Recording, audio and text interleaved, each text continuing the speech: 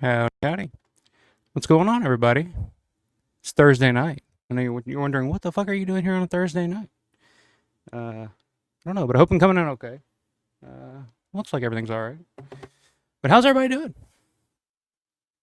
Hope you guys had a good week, a good weekend. If you were at the Living Dead weekend this past weekend, I hope I saw you. Hope you said hey. Met quite a few of you guys. It was a fun weekend, let me tell you. And maybe had a little bit too much fun this weekend. Visited some new locations that I have never been before. One of which being the Monroeville Monroeville Hospital.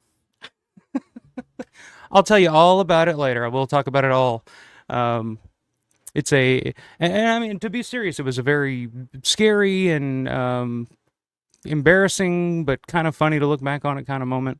But I'm all right. I'm all right. Just for any of you guys that were worried, but I just thought I'd give you a little tease. But I'll tell you all about it here in a little bit, as well as all of the experiences and people that I met and things that happened and uh, anything and everything that happened over this past weekend. I'll talk about it. Just do a little solo recap show. Got a bunch of stuff here that I picked up at the convention. Um, all kinds of little stuff that I'll show off tonight and show you guys. Tell you guys a few stories and let you guys know how it all went. But yeah, I think I'm coming in all right. Hope I sound okay. I don't know. I'm having some internet issues. That's what took me a little bit to actually hop on here. I'm a little late. Sorry, guys. Um, but hopefully everything's going well. Um, but before I delve into it, let me check the chat here. See who all we have in here so far. The Boneyard, Robert. What's up, man? Robert Dobbins. Third year in a row. Good weekend. I saw you, man. Always a pleasure seeing you. Didn't get to see you as much as I was hoping to, which is kind of the sad story when it comes to Living Dead weekend. You never get to see the people that you want to see long enough. Even the people that I spent most of the weekend with. You come home and you feel like, oh man, I wish I could have hung with them more. But it is what it is, and enjoy it while you can. It's like I always remind myself, or try to remind myself, this will never happen again. So always in the moment, enjoy it, and always enjoy hanging out with you, man, and talking to you and catching up with you. But hope you're doing well, my man. Hope you had a good weekend. Hope you enjoyed yourself. Kenneth Costa, what's going on, Kenneth? Good to see you. John, it was good to see you, sir. It's funny, John was at the convention all weekend, and I've come to the conclusion that if there's ever an action figure made, if there's ever a John Vulo action figure made, it's got to come with the iPad, because I'm forever associating the iPad with you. Because anytime you saw John at the convention, he was carrying around that iPad and showing off just tons and tons of cool shit that he's discovered. So anytime you saw John with the iPad, you kind of wanted to mosey over to see, what he was showing off, what he had going on over there. So what's up, man? Good to see you. Hope you had a safe trip back. Ryan Atkins, what's up, man? Fun hanging out with you. I think it was Friday, wasn't it? I think we hung out on Friday. Walked around the convention a little bit. Picked up a really cool vintage edition of Fangoria with the City of the Living Dead or Gates of Hell on the cover. But that was the first time I've actually gotten to meet you in person, man. It was an absolute pleasure. So fantastic to see you. The man himself. And when I say the man himself, I mean this dude is the fucking man, and I'll tell you why here in a little bit. But Matt Landrum, what's up, Matt? Good to see you, buddy. Uh, Good seeing you all weekend. You got the mayor's in the house. What's up, mayor? You were missed, man. You got to get to one of these Living Dead weekends at some point. Yeah, I think you would be right in your element, man. And same for you, Robert. What's up, Robert? Robert Harper's the second. Looking forward to this one. Good evening, Mike and all. Good evening, sir. And I put in a good word for you. If you try to make it to the next Living Dead weekend, I put in a good word with Kevin Christ on what the next show will be. That I think you might be interested in. I'll tell you guys about it a little later. Steven, what's up, man? Steven Ustrack Jr., howdy campers. We got Bonnie Bailey in the house. What's up, Bonnie? Good to see you. Man himself, my running partner all weekend once again. I couldn't ask for a better partner in crime, the one and only Will Phelps. What's up, man? Hey, it's Mr. P. We kept passing a truck on the way home, said Mr. P on it. And I know Will's a big Master P fan, old um, No Limit Soldier there. Is old school Will Phelps there. But what's up, man? Good to see you. Hope you're doing well. I know work kicked your ass today, so um, see, Mary says, attention shoppers, if you have a sweet tooth, we have a special treat for you. 1911 Guitar Dude, what's up, Brett? Fantastic seeing you this weekend, man. It was great seeing you on Sunday on the tour with you and your family. Great to finally meet you, and I'm telling you, you did you did it right. You didn't show up, you didn't get to the convention until Sunday, right at the beginning of the tour. So what better way for the first time to visit the Monroeville Mall? What better way to kick it off than just taking Larry's tour? Like when you first walk in, it's like, okay, now take me on the tour of this sucker and let me, that's I was very impressed and kind of jealous of that. I was like, that'd be the perfect way to visit the mall for the first time. Perfect introduction. But I hope you're doing well, man. Hope you had a good time up there. I don't know. Are you still up there? I think you were up there till today, weren't you? Did you? Are you back home already, or are you still in Pittsburgh? Curious what all you did, man. What all locations you visited. We got the Weird Beard. What's up, man? Eat a bowl of fuck. I am here to party. Me too, man. It's Thursday, but hey, tomorrow's Friday, and that's all that matters. Stukas, what's up, man? Stukas Dive says, oh shit. What's up, Stukas? My boy. Okay, Ryan says, sounds good on my end. All right, I look all right on the playback over here, so I'm just gonna roll with it and hope for the best. Ed, what's up, man? Ed Trader Music and Entertainment. You were missed as well this weekend, sir. Hope you can make it to one here soon. Glad you all had fun, saw all the pics. I got me a daytime job to rebuild my funds and join the next go around. I hope you do, man. I hope you do. I think you would absolutely love it. So I hope to see you at the next one, my man. John says, funny because I never use the iPad except when I'm at Living Weekend. Never know when you're gonna get to show anyone anything.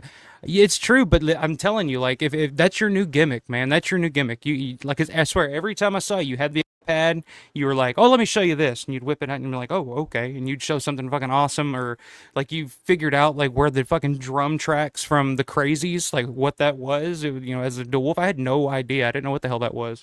So I was just blown away to find that shit out. And then of course you showed me the behind the scenes 8mm footage from Night of the Living Dead, which was amazing. I mean, so yeah, I appreciate the iPad. That's all I'm saying. Stick with it. It's a hell of a gimmick. Eerie Guts, what's up, man? Says howdy Alpha. What's up, Eerie Guts? Good to see you, sir. And thank you by the way. You gifted me a month subscription to the Dead Pit membership last month, and that was really cool. I appreciate that, my man. Matt says, Brett, great idea bringing the Polaroid camera. Hope you got some great pictures. Yeah, that's true. Brett brought an actual Polaroid camera to take pictures with at the convention, and I was just like, what a fucking brilliant idea, and they looked awesome, and I was yeah, great idea, Brett. Way to go on that one. Kirk Redgate, what's going on, Kirk? Hey, I'll be asleep soon, but I'll catch up tomorrow. Interested to hear about your weekend. Well, it was an interesting weekend, man. But I know you are overseas, and it's probably about, 2, 3 o'clock in the morning right now where you are, so I don't blame you, man. Let me put you to sleep with the dulcet tones of my soothing voice and the wild stories that I have to tell. Jeff, what's up, man? Jeff Down is up. Says, welcome home. I hope you're well. See that you scored a Laurel check. Possibly did. And special shout out to somebody who sold it to me. But yeah, I may have, and I may show it off here in just a minute. So stay tuned. Rob Lucas, what's up, Rob? Yo, Big Daddy, Eugene in the house, bro. We got Eugene Clark stories. Let me tell you. Like, boy, I heard some shit about Eugene Clark all weekend. I was just like, what the fuck? Yeah, we'll talk about Eugene Clark here in just a minute, so you definitely need to stay tuned. And the love flame was not burning high for fucking Eugene over the weekend. I'll just say that. Brett says, I'm still in the area, hanging in Latrobe right now, getting ready to head east to the Tales from the Dark Side Bridge next. That's awesome, man. I hope you're having a fucking blast, man. I hope you are, because it's been a long time coming for you, my man. Kirk says, I see you and Matt in those Knight Rider thrones. Awesome pic. Oh, yeah, you saw the pictures of that? Yeah. Of course, Kevin has the Knight Rider's thrones, which he used for like a photo op or something one year. And they were just there, and we were just like, hey, take a quick pic before we get in trouble. So it's totally worth it.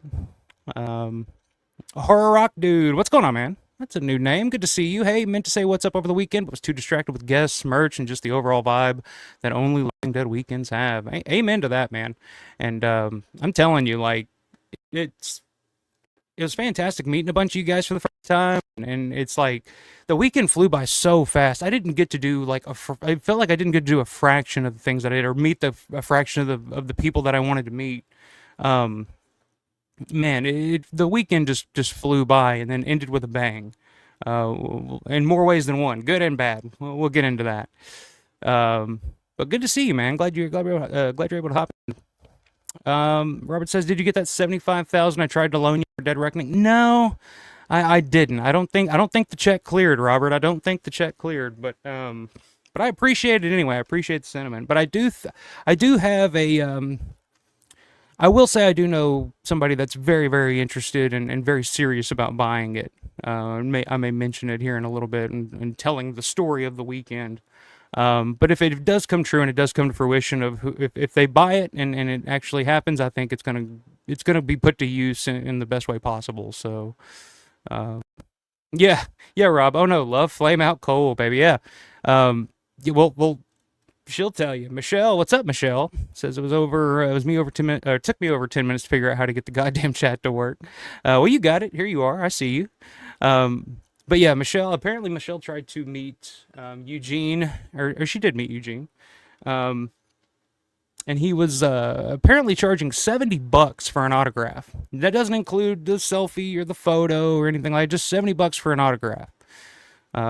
Little much. I think the most that like anybody was charging there was 60. Um, your Night of Living Dead, your main cast, Judith, O'Day, Judith Ridley, Russ Striner, they were all 60. Kyra 60. Um, Howard Sherman was 40. That was really cool to see. Howard was only charging 40. But yeah, pretty much everybody else. I mean, Lori, the Day of the Dead cast, Lori, Terry, Jarlath, they were all 60. But Big Daddy was like, well, fuck it. I put in the contact lenses and I put on the jumpsuit, so I'm worth 70. So he was charging $70. So she gets, I'll have to have you come on and tell the story, but apparently she gets the signature, she gets the autograph, $70, and he says, she hands him 80. Um, and then, and I guess he was just like, oh, that doesn't include tax. So it's 75 with tax. All right, and then hands her a $5 bill back. And I was just like, she's like, "Well, can I get a picture?" And he's like, "That'd be extra." I was like, and I heard stories like that all weekend long from. I think Paul had a really interesting experience. I think Paul ended up spending almost $200 on Big Daddy. I don't know why the hell you did that, Paul. I would have just been like, "Yeah, I'm good, man. Like you're, not. It's not that damn important." Um, but yeah, Big Daddy was doing Big Daddy things. Let me tell you. Um, Speaking of the man himself, there's Paul. Hey guys, just tune in for a minute. Got a wedding I'm standing up in tomorrow and just saying hi. Well, good to see you, my man. Glad you're able to stop by. I'm gonna try to get all you guys on for like a group Dead weekend recap, maybe this weekend or next, whatever works best for you guys. But I definitely want to hear all you guys' stories because we all have we all had different things going on. We convene every now and then and take some photos and do some cool shit. But I think we all had our own adventures, so we'll have to get together and do a live stream all together here at some point soon. But good to see you, my man. Brett says, thanks. I got some great Polaroid pictures. Matt, thanks for helping with my family portrait in the dawn behind the scenes hallway. Yeah, that was pretty cool. And that picture looked like it was turned out pretty good. I love just the look of the Polaroid camera, just the old school, like legit Polaroid. Um, Great idea. Yeah, Paul says, I don't need to tell you how amazing this LDW was in tears. Yeah, Paul, when I saw Paul on Sunday when he was leaving to catch his flight, yeah, he was real close to shedding tears. I think we all were, but yeah, it was sad to leave, It just goes by so fast, it's like it takes the whole year to get there and then it happens and then you're just like in the blink of an eye, it's like, wow, it's here and it's gone. So, um, yeah, there you go. 75 with tax. So he was the only one charging tax there too. Um, hey Aaron, what's going on, man? It says $70 US is 140 in my currency. Yeah. So $140 for a Big Daddy signature. Anybody, any takers? Any takers out there? Horror Rock Dude says I went to Monster Mania a bit back and in a room with Tom Atkins, Michael Gross, and Dick Warlock. Eugene Clark charged my friend $70 and had no sign on the table ahead of time stating that. A bit crazy. Yeah, I don't remember if I saw a sign stating his prices on his table or not beforehand. I passed his table a few times. I didn't stop because I wasn't made of money. Um, yeah, I don't remember seeing a sign on there, but I will say, like, I guess even though it is Big Daddy, which, oh, by the way, cheers everybody. I did grab some more Iron City while I was in Pittsburgh, of course. Which, speaking of, come on, Iron City, throw your boy uh, an ad, just throw me some ad revenue, or throw me a sponsorship here. Um, but yeah, I will say in like kind of his defense, like he does get dressed up in character. Is it worth $70? No, it's not. But I mean, I would say like 50. I mean, if because if you have like your lesser zombies and your background characters and stuff like that, we're charging about 40, for the most part. So I mean, Big Daddy 50, maybe so. But I mean, he is in character, he's in costume, and he does. So you do get that, I guess. But yeah, it's a little ridiculous for sure. Um, Yes, that's very true, Jeff. Synthetic posted a lot of great videos on YouTube. You are in a couple of them. Yes, I am.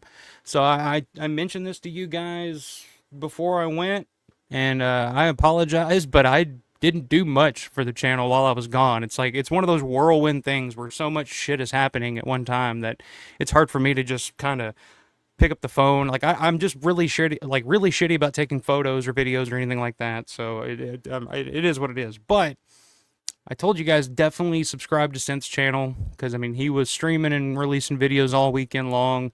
Um, so if you missed any of those and you want to kind of go and kind of see what it was all about, definitely go check out Synth Addict on YouTube, which I think is at Synth Addict right there. So yeah, definitely check those out for sure.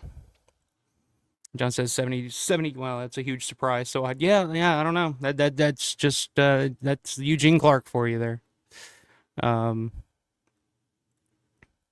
yeah, that's true. Paul had a lot of feelings, and we love it. We love that about him. Yeah, Paul is just you just wanna wrap up in his arms and just give him a big old cuddly hug.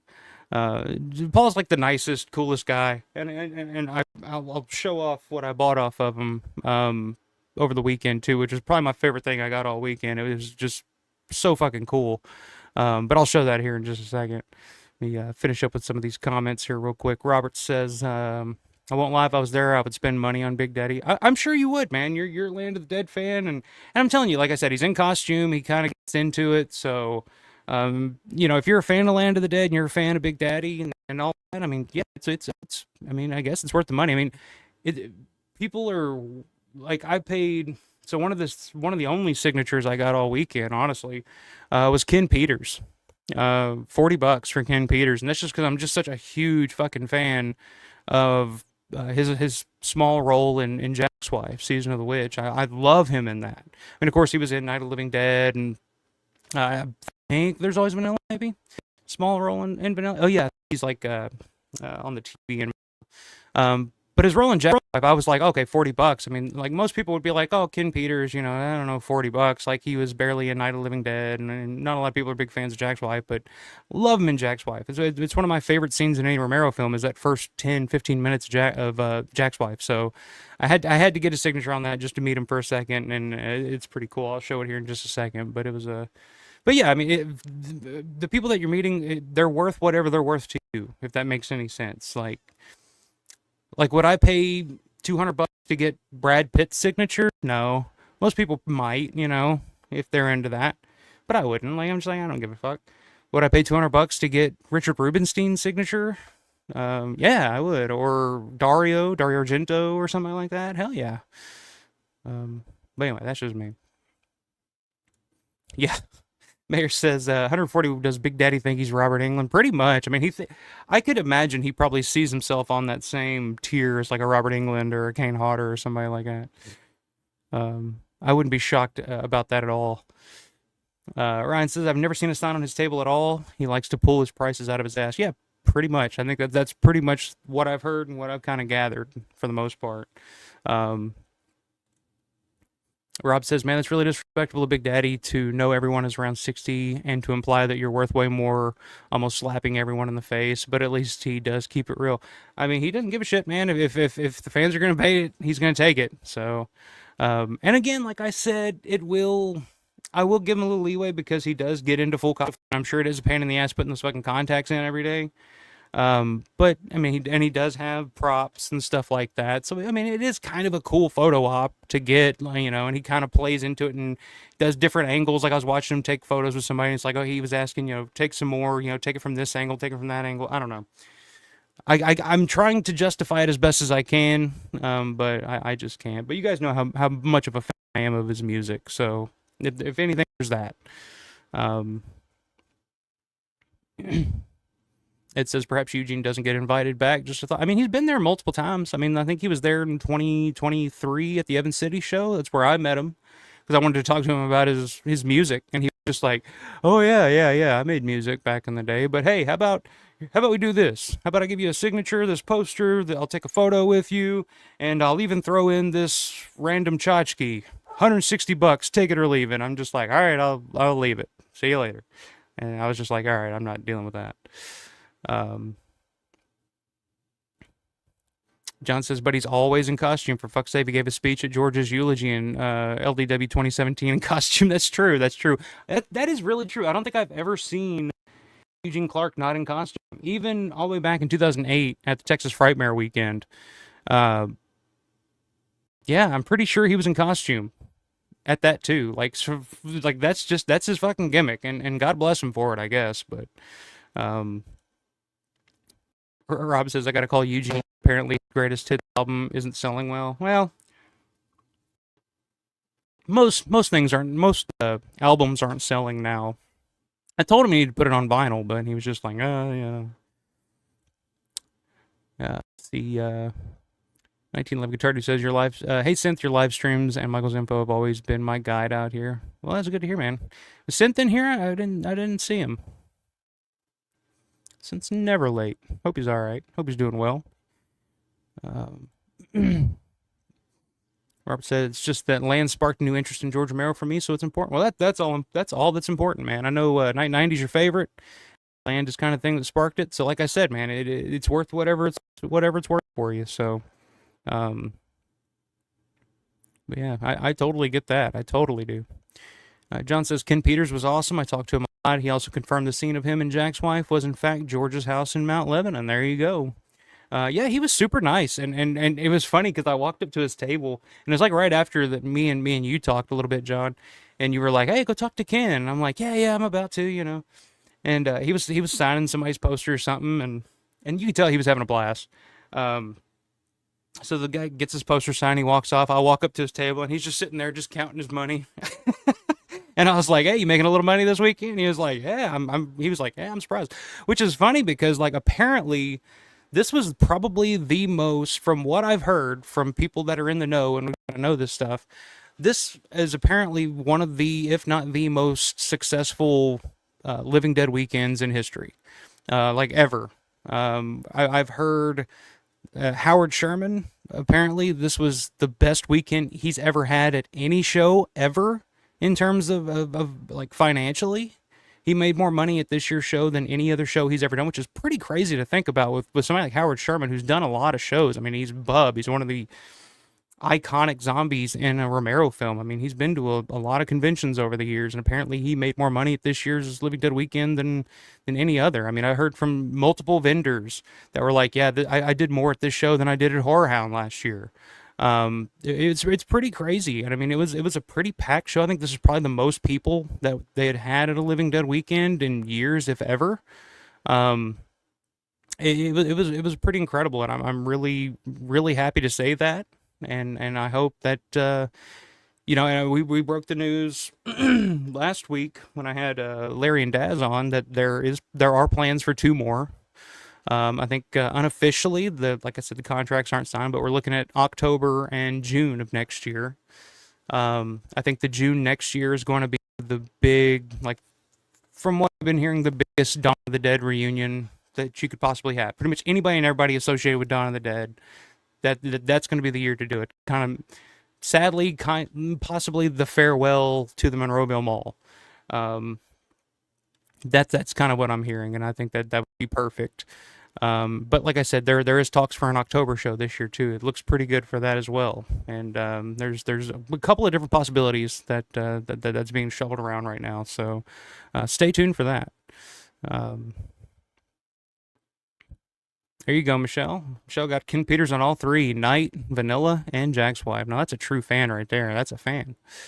Um, uh, Brett says, shout out to Michael's Shirt Designs. Gornick actually approached me, and we had a great conversation about his 76 VW Scirocco shirt. Oh, he loved the shirt. Oh, that's awesome, man.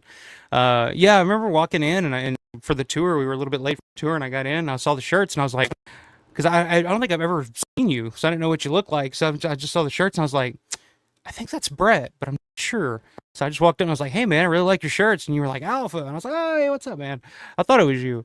But yeah, those shirts look pretty cool. I gotta say, I gotta tip of the hat to myself. A little pat on the back. Those are pretty badass shirt. That's awesome that Gornick dug it. That's a really cool story. I appreciate that, man. Uh, William Cobb. Hey, what's up, man? Met you at the Saturday at the Mixer back in Evansville. Awesome weekend. What's up, man? Yeah, it was awesome meeting you. We were both at the VIP Mixer and outside. We were outside smoking. I was talking to Larry's wife, Margaret, and we were just bantering back and forth. And you guys were out there. We just kind of started struck conversation and stuff. And I remember you mentioned like, oh yeah, back in Indiana, we don't have anything like this. Or you said something about Indiana. I was like, oh, what part of Indiana? And you were like, Evansville. I was like, me too. So I was like, hey, we could be best friends, you know? Um, but yeah, man, shoot me an email or something, man. I'm totally down to go out for a beer or something sometime since we're right down the road from each other.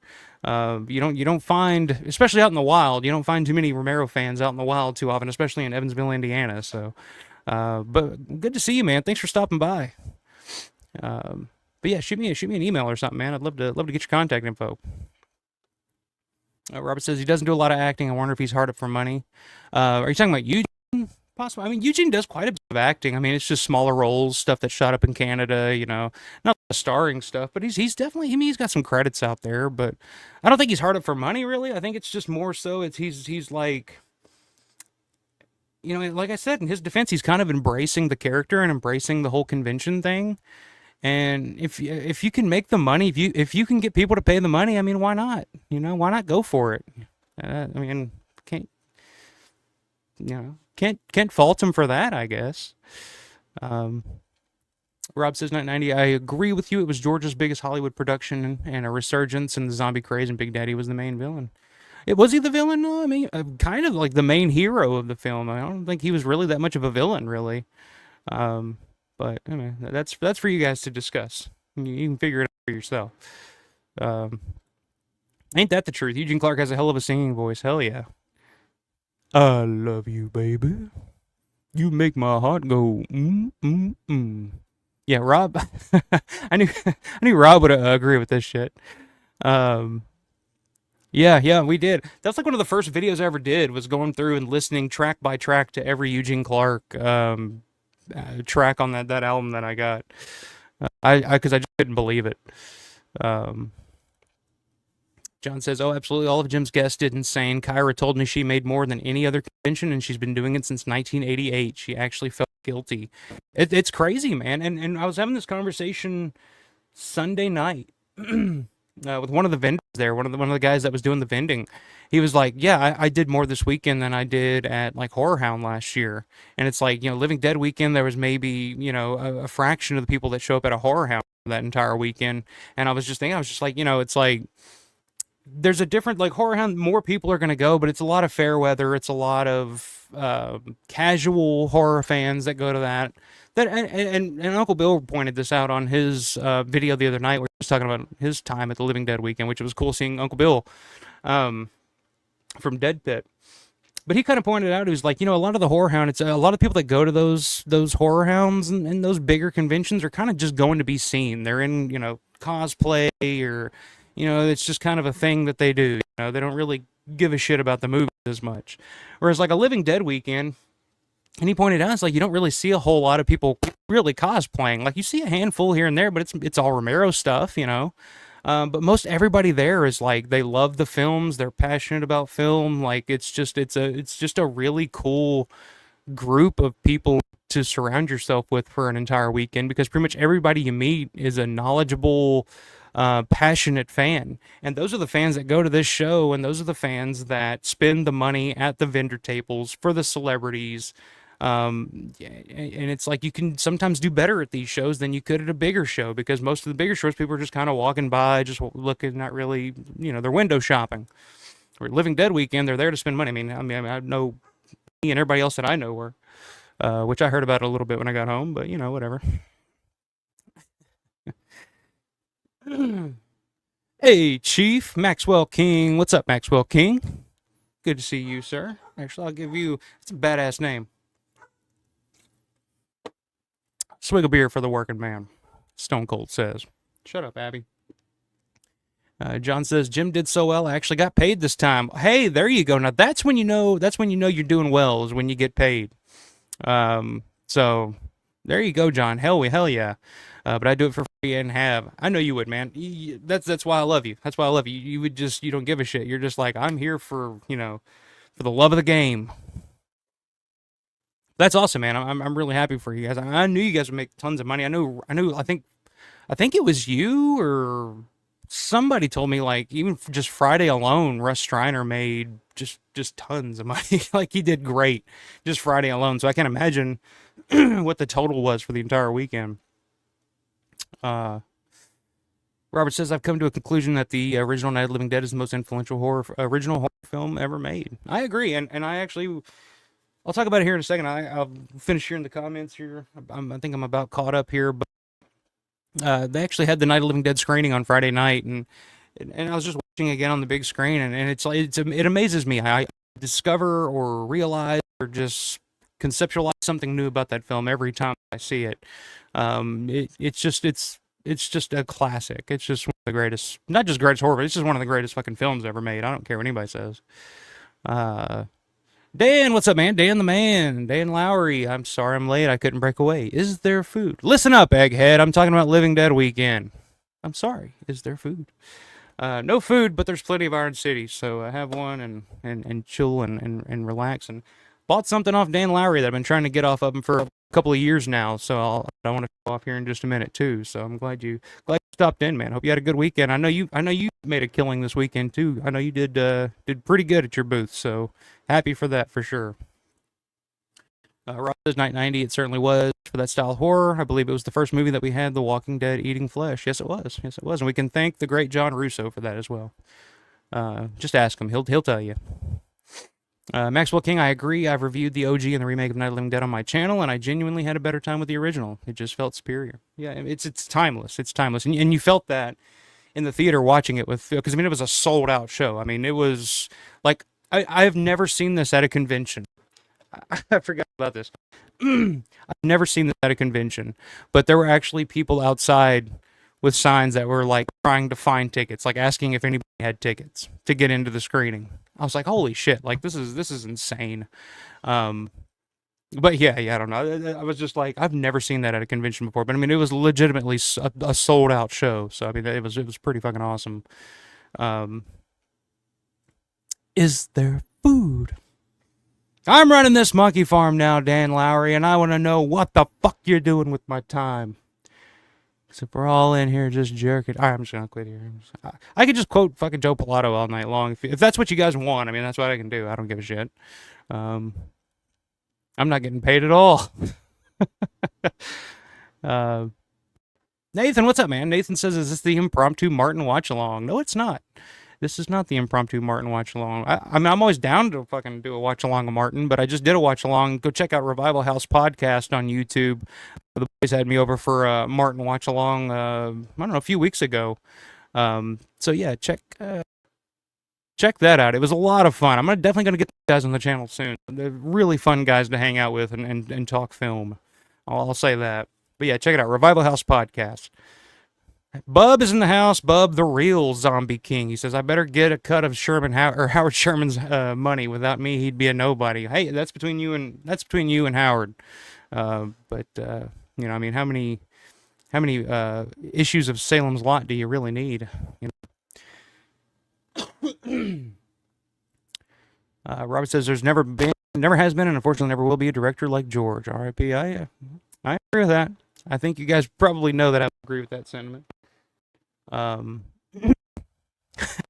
what the fuck is wrong with you people? I swear that's a line I use daily, on a daily basis. Um,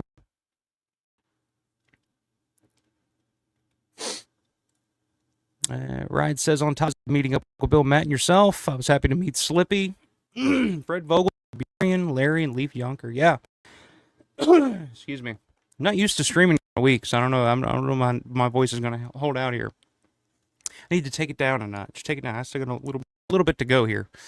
But yeah, you did get to see got to peek in on the Dave Burian display, where Dave pulls out his bag of magic tricks, and you got to see some pretty damn cool stuff. I'm glad you were there for that, man, because that's pretty awesome. We got to see stuff last year for the first time, so the fact that you were lucky enough to be there while he was showing some of the stuff off. Yeah, of course, he had the original trowel from Night of the Living Dead.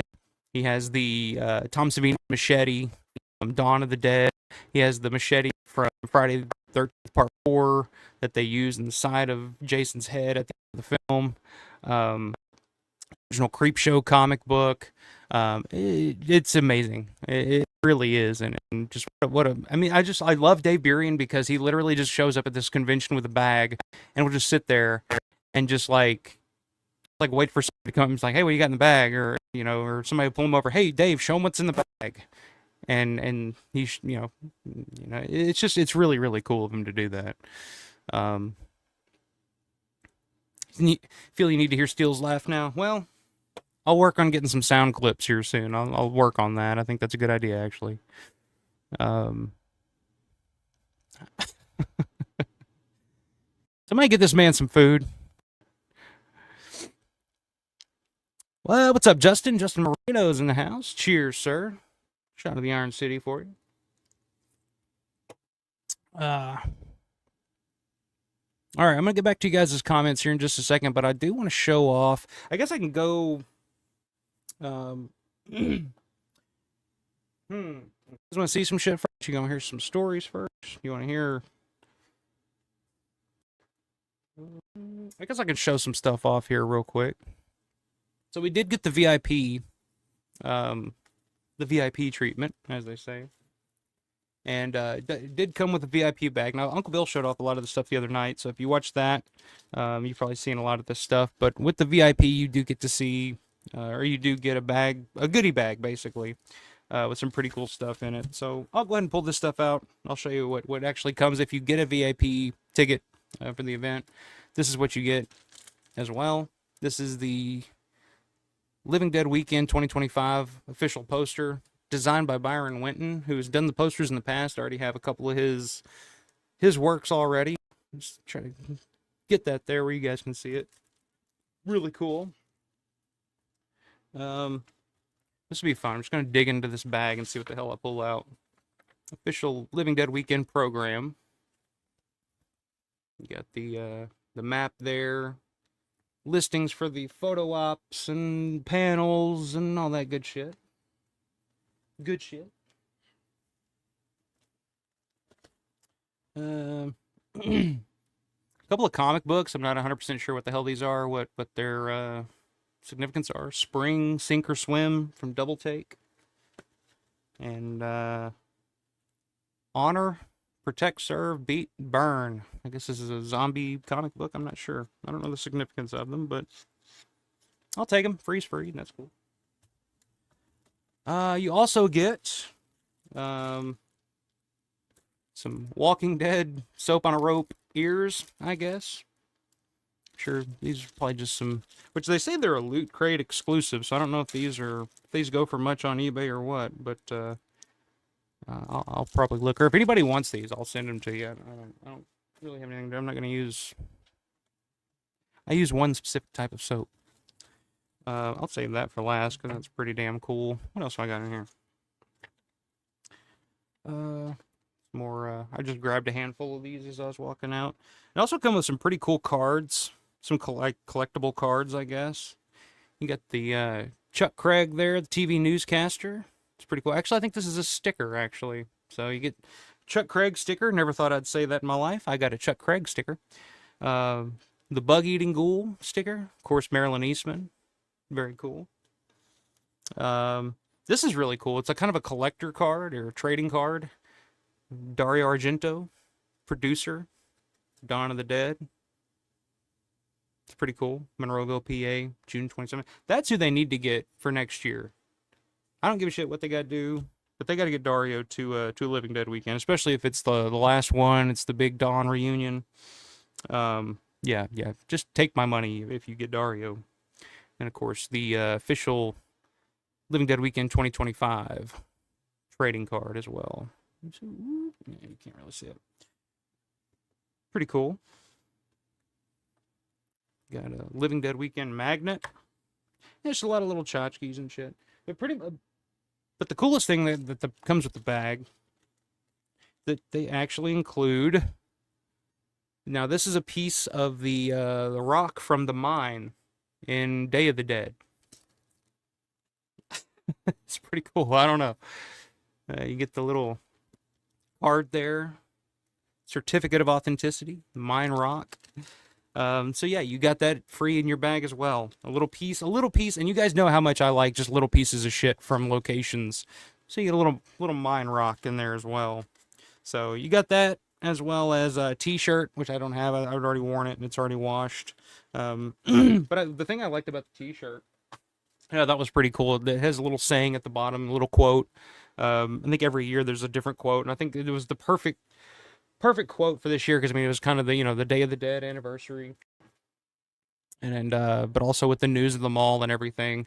So it's it's the Living Dead Weekend logo, and then at the bottom it says all the shopping malls are closed. I was like, that's fucking perfect. Like you can't do better than that. So yeah, that's what you get in the or what you got in the VIP grab bag. I'm gonna try to not miss any of you guys' comments tonight. So I'm gonna try to put a pin in it, like about right there. All right, we're gonna do that. You also got some other little stuff here. Got a lot of business cards, a lot of stickers, but they also included some flyers for some upcoming events: Retro Media Marketplace at Monroeville Mall, Halloween Marketplace in September at the Monroeville Mall. And these are all Kevin. I mean, this is all Kevin Kreis. Christmas in July Marketplace, Monroeville Mall. So pretty cool. I'd love to go to all those, but unfortunately I'm a little far away. So yeah, we arrived. Me and Will rode up together. You guys all know great Will Phelps, partner in crime. Rode up together on Thursday. We get there Thursday night. It's already it's pissing and pouring rain when we come into Pittsburgh. Of course, you go through the Fort Pitt Tunnel, and there it is. There's Pittsburgh. Ta-da, as Mike Felser says. And it's just a beautiful sight. But the first thing we do, we stop off at 247 Fort Pitt Boulevard because it's right on your way in. And we just park and get out and step out to kind of just make a plan. It's like, all right, we're here. What do you want to do? And we noticed inside, if you look in one of the doors at 247, on one of the office doors on the right-hand side when you first walk in, there's still a Laurel Entertainment sticker on the door. Probably there since, the 80s when they left that building. And I'd never noticed it before, so we got a picture of that. That was pretty cool. And I'll try to upload a lot of these pictures. Like I said, I'm really bad about taking pictures, but luckily I was around people that actually take really good pictures and take a lot of them. So yeah, I'll try to do something with those here. Possibly, like I said, I want to try to get like a group stream together with everybody. And we can show off some photos and stuff that way. But so Thursday night we meet. We decide to go out, just head out to the Monroeville Mall. We get out there, like the mall's already closed, and I was like, we'll see, like if Larry or somebody's still out there. And we get there, Daz, Larry, everybody's still there. Meet up with them, go out for dinner that night, and we tried to go to Denny's, but I will say, like, if you're in Monroeville and you're hungry and it's late at night and the only thing that's open is Denny's, just starve. Just don't. Or luckily, there's a Sheets right down the road, and it was the first time I've actually eaten food from Sheets. Which Sheets is a gas station. You've never been to Pittsburgh, the Pittsburgh area. We don't have them around here. Um, there's a like a gas station, all night gas station called Sheets, which is now famous because of the now famous Dave King. Um, for those of you that are on the Living Dead Weekend Facebook group. So we go to Sheets. I get a burger, and we're just, we're starving, and it's just like I don't think me and Will really ate the entire ride up. We were just ready to fucking get there. Um, so we go to Sheets. When we're just at Sheets, eating and talking with Daz and Larry until like 2:30 in the morning, and then eventually it's just like, okay, well we got to go because we got to check into our hotel before, I think before 3 a.m. So we finally we just made it. So we get back to our hotel and wrap up Thursday night. Um, So then Friday comes, and I sleep in a little because we didn't go to sleep because we were just fucking up, cutting up, fucking cracking up, and just doing our thing Thursday night. So I didn't get to bed till about 4, and I was like, all right, well I want to get there early, because for VIP check is at 11. I want to get up early, so let's just try to get a little bit of sleep. And this is going to be a reoccurring thing, which kind of bites me in the ass here at the end of the weekend. So stay tuned to that. Um, I said, let's get a little bit of sleep. So it's about 4:30 before I fall asleep, and Will very kindly lets me sleep in a little bit. I slept till about 9:30, about 10 o'clock, I think. So by the time we get to the mall, there's a huge line waiting to get in, waiting to get the VIP passes and everything. We run into Matt and his wife and his son. They were right up there at the front of the line, and they were smart. They were there early before we were, and I think Matt was ready to beat the shit out of somebody when we first walked in. Um, so we stop, say hi to Matt and Stephanie and Emery, and we go down, we get in line, and then all of a sudden there's Paul behind us. So I go back, I'm talking to Paul, and um, and then in line, it took about an hour and a half. We didn't actually get our passes and everything until about 12:30. But I think there was some confusion about where VIP people go, where general admission people go. But eventually we got our shit and we got in. It was fine. The first place we stop off at, which Ryan mentioned just a second ago, was Leaf Yonker, the guy that's behind all the screenings, works with Richard Rubenstein, behind all the screenings for the Dawn of the Dead, the 3D Dawn of the Dead screenings in the past couple of years, and is the one that's putting on the Day of the Dead screenings coming up. Which I don't know if you guys noticed, but I did get a hold of the Day of the Dead screening poster that's coming out. I grabbed that and the Dawn of the Dead, the white Dawn of the Dead screening poster from a couple of years ago. That's the only one that I didn't grab. I got the 3D and I got the anniversary poster, but I didn't have the white one. So I got those two, and we just stood there and talked to Leaf for probably a good 45 minutes or so.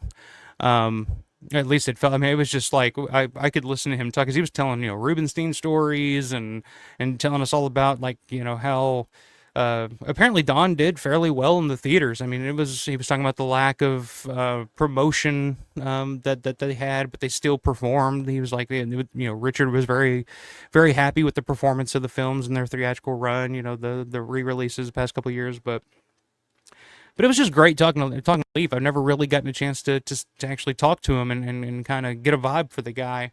I knew he was Leaf is kind of the only guy that's in charge, or not in charge, but that can deal with Richard Rubenstein at this point. Like, Richard hates most people and will not deal with most people, but Leaf is like the one guy that Richard trusts, and will kind of work with. So it was kind of cool hearing him and kind of hearing his stories of working with Richard, because apparently Richard can be a big pain in the ass to him too. So, but yeah, I got the two posters from Leaf. And with that, you also got a free signed 11 by 17 poster of Leaf's film that he's been working on. I guess for quite some time now. I think he's trying to get some distribution or some kind of promotion for this, trying to get it out there. It's called Darkness, the Ultimate in Vampire Splatter. And I never realized how, like, I saw the poster and I was like, oh, that's pretty bloody. And then you kind of take a closer look and you're like, yeah, that's pretty fucking raw. So, so it's pretty cool. Something free. So I got him to sign it.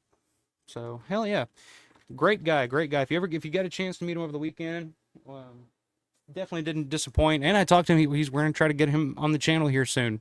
Tell some Rubenstein stories and kind of where his background, how he got involved with Richard, and how he got involved in screenings and everything that he does. Um, so yeah, you can check him out. See his website, www.13thdream.com. You can check him out there. So got Leaf Yonkers business card there. So yeah, very cool, very awesome to meet him. Um, then walked around, ran into the aforementioned Daniel Lowry, Mr. Dan Lowry, Doodles of the Dead booth, and I always stop by his booth every year at Living Dead weekend, and which I suppose I was gonna grab the thing I bought. Hold on one second.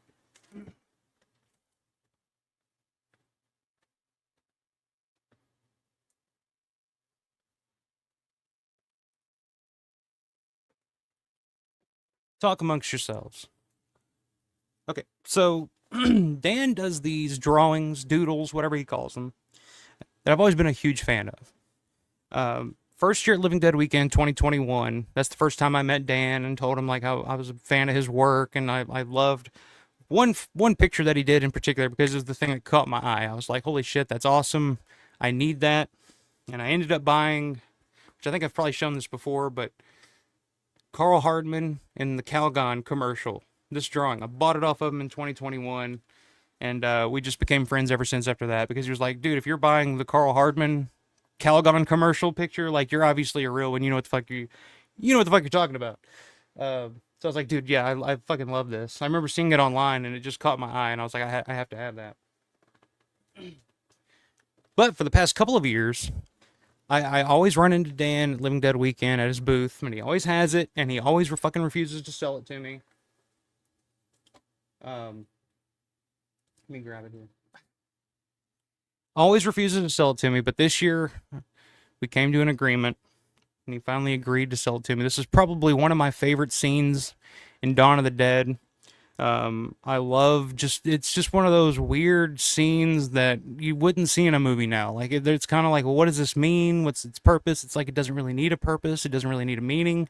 It's just kind of a sad, but also kind of beautiful moment in the film. And I love this. Like my fantasy football team is named after this scene and the zombie in this scene.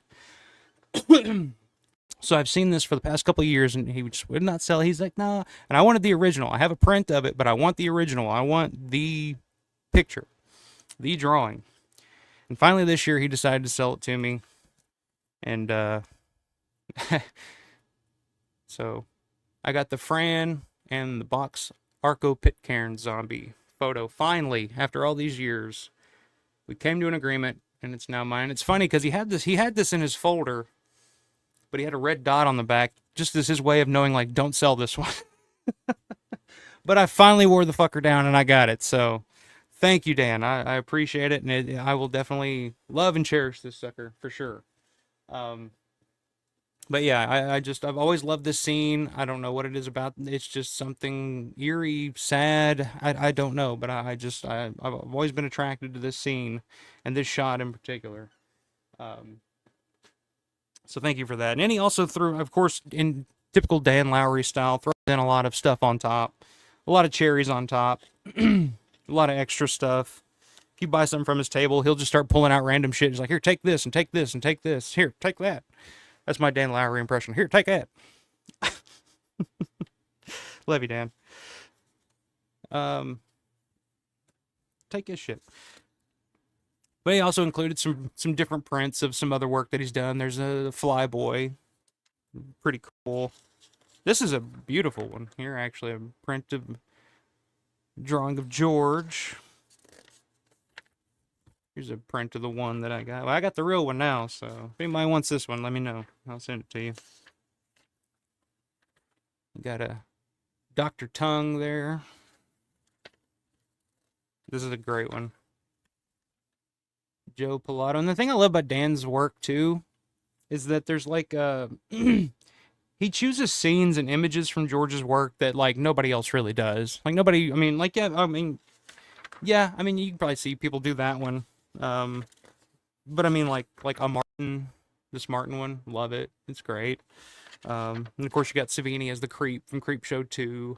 So, I mean, he just threw in a bunch of just random prints that he had. He's like, here, take this and take this. Also threw in a little piece of, is it the cabin or the fireplace from Evil Dead 2? I can't remember what you said, but just a little piece of that, and then a little piece of the Monroeville Airport as well. So yeah, check them out. Doodles of the Dead. You can check them out, facebook.com/Doodles of the Dead, or facebook.com/Lowery Daniel. That's Lowery. Check them out. Now I gotta put all this shit back. But yeah, it was cool talking to him for a little bit. That's where we saw where Dave Burian showed up and started pulling out his bag of tricks there. So we got to watch that. Synth actually, I think, recorded. I don't know if he has a video of it or if he did a live. I can't remember, but it'll be available. You can actually see all this stuff live on his channel. So make sure to go check it out and subscribe to his channel at Synth Addict. Slide these back in here. But yes, thank you, Dan. Thank you. It was I felt like I accomplished something finally getting that off of you. So yeah, right around that time I think is when we run into Ryan Atkins. We walked around the convention talking to him. Yeah, because I think we come back and that's when we'd see Dave Burian because Ryan was there. That's right. Trying to go through it. There's so much that happened over the weekend. I'm trying to just process and trying to figure out like what happened, what day, when did we do what. But yeah, now I'll show you something else I got that's really cool, and then I'll get to you guys' comments. Like I said, I'm trying to just go through the weekend, trying to hit every high point that I can.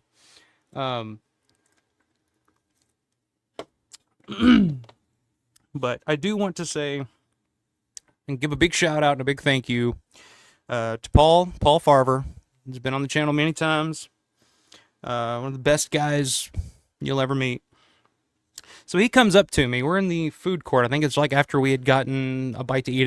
I got a shitty, like one of the worst pieces, like slices of pizza I've ever had in my life at Sbarro. I think we ate a little lunch. We ate a slice of pizza, which I think was the only thing that we had eaten that day up to that point. We run into Paul, and Paul pulls me aside. He's like, "Hey, would you be interested in a signed Romero check?" I said, "Yeah, sure. Well, what do you got? Show me what you got." So he pulls out this motherfucker. Laurel tape and film, made to the order of George A. Romero for the amount of $200, signed by George Romero and Richard Rubenstein.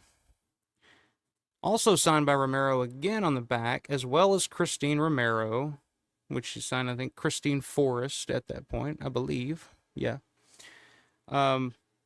And this is for a screening in Texas, if I remember correctly. A screening of Martin in Texas. This is a check made out to George from that screening. And everybody knows I love Martin. It's one of my... I mean, here I am wearing the Martin shirt. But the thing that sold it for me was the date right there. October 27th, 1977. October 27th, that's my birthday. So I saw this check. I was blown away. A check made out to Romero for Martin, you know, outside of Dawn, my favorite movie ever probably. Signed by George, signed by Rubenstein and Christine, signed by George twice. And it's got the authentication there on the back as well. So I bought that from Paul. We came to an agreement on a price, and I was like, all right, I gotta have it. I gotta have it. So again, thank you, Paul. Big shout out to Paul. Super, super cool. I'm gonna frame that motherfucker up and probably put it to wherever I look the most. Probably like right here above this camera, honestly. Just so if I'm ever having a bad show, or if the internet's shitty, or I don't know, I can just look up at that and be like, all right, I got something kind of cool, I guess. So yeah, big shout out to Paul. Huge score for me this weekend. I really, really appreciate that, man. All right, where the hell was I in the chat? Sorry, guys, I'm trying to keep up with you. I know, especially the past couple of streams, I had so many people on, so much going on. I kind of neglected the chat a little bit. I apologize for that, guys. But I'm going to try to keep up with you guys here. We may have to go through a speed round here, but We'll get there. If I can figure out where the hell I left off. Um, that was about right here, maybe. Horror Rock Dude says, "Glad I finally got to meet Michael Savini. It's only his second con, he believes." He said, "Yeah, I think the only other one he was at was the 2018 one, if I'm not mistaken, which was the big Dawn reunion, uh, which would have been the 40th anniversary reunion of Dawn, which they pretty much like had pretty much everybody there. Um, Even though he flaked Friday and didn't come, he said on Saturday he was super surprised at his line and how much money he made. There you go. Perfect example. Michael Savini, one of the kids from Dawn of the Dead, him and Melissa Dunlap. Um, yeah, one of the few. Like I said, probably is his only second appearance at a convention. I guarantee you he made. I mean, this is the convention for somebody like that, and I guarantee you he made some pretty damn good money. But that's great to hear. Brett says, "I got my largest piece of the mall yet. I sprung the cash to get one of the large bricks from the mall entrance at the Living Dead Museum. I'm hauling it home." That's fucking awesome, man. Yeah, they were selling. So they're doing some work on the biker entrance at the mall right now, and Living Dead Museum got a hold of some of the bricks from that entrance, and they were selling them at the show for $90, $100, whatever it was. So yeah, that's pretty cool, man. I know Will especially was like, let's just take a hammer and get our own brick. I was like, nah, don't do that. Um, but yeah, very cool, man. Let me see, where was I? Rob says it was the first to really intensify claustrophobia being trapped in the house. Meanwhile, you can't trust who you're with. The basement versus the house versus the uncertain forest of the dead waiting for you. That's true. You're talking about Night of the Living Dead. So yeah, I'm a little bit behind here. I'm gonna try to catch up here pretty quickly. Jace, what's up, man? Music and Monsters. Loved all the pics and saw from the people that were there. Very cool, man. Good to see you in here, man. You were definitely missed. You're definitely gonna have to make it to one of the next two, man. 100%. Love to finally meet you in person, man.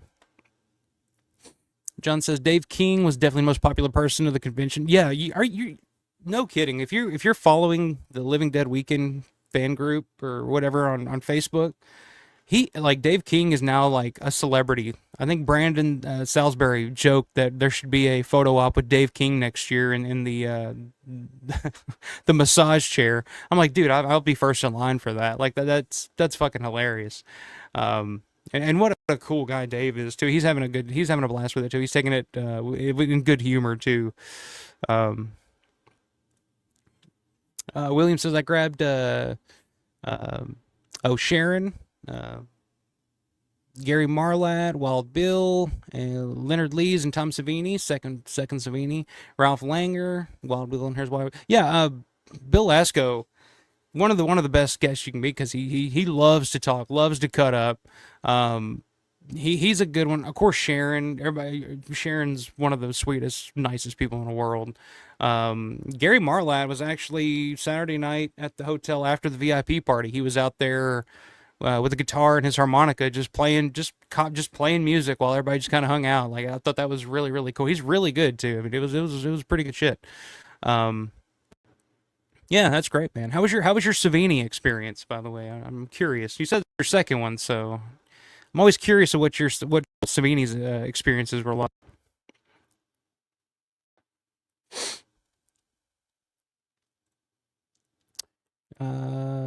It's crazy because my dad was in Vietnam and he was a man who really did that. He was a man. I thought you said he was a man. I was like, shit. With the ears, yeah. Didn't they do that? Wasn't that like from? Didn't they do something similar in like Apocalypse Now or something like that? If I remember correctly. Right. Come on now. If you would tell me you wash your ass with the zombie ear, no, probably not, man. I'm a strictly Dove guy at this point. Dove Pink. That's the only way to go, man. Um, Yeah, yeah, Dario. I mean, it's been discussed. I'll say that it's been discussed. If they could make it happen, I think they will definitely try. And I think that would just that would be the ultimate send off to them all if you got Dario next year for the big Dawn reunion. Dawn farewell to the mall or whatever. And you can just put him in a fucking like hall to himself, like maybe a couple of vendors or something. Just put him at the end because I mean you're gonna need that whole hall just because there's gonna be such a fucking line to get to him. Um, but I never say never. Never say never. Um, if you ever meet Norman Reedus, you can get him to sign the ears on a rubber. Nah, I'm good on that. I'm good on that. Jay said I like the Dario card. I agree, Dario at the mall. Yeah, well, let's make it happen. Let's make it happen. Whatever we can do, let's do what we can. Yeah, Dave King photos of him in his easy chair at different dawn and day locations. Lori was cracking up about them as well. Yeah, it's become infamous now. I mean, he's gonna next year. He has to, if he's not, there has to be some kind of photo op or something there. It has to. It must be done.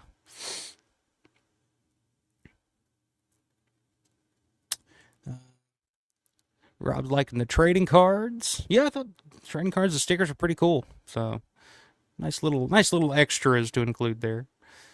Oh,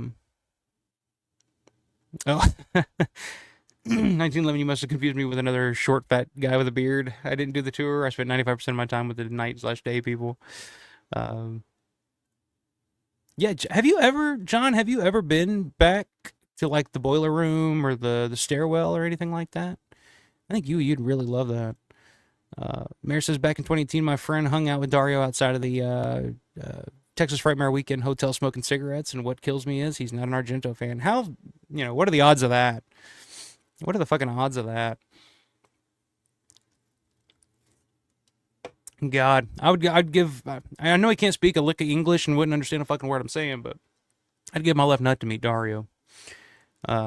Jay says your interview with Daz and Larry helped to reassure me that there will be another show. If they do another one in June 2026, I'll be there. Well, I'll see you there, man. I will definitely see you there. Fully agree with this. Will Phelps is the man. I fully fucking agree with that. And I'll tell you guys why later.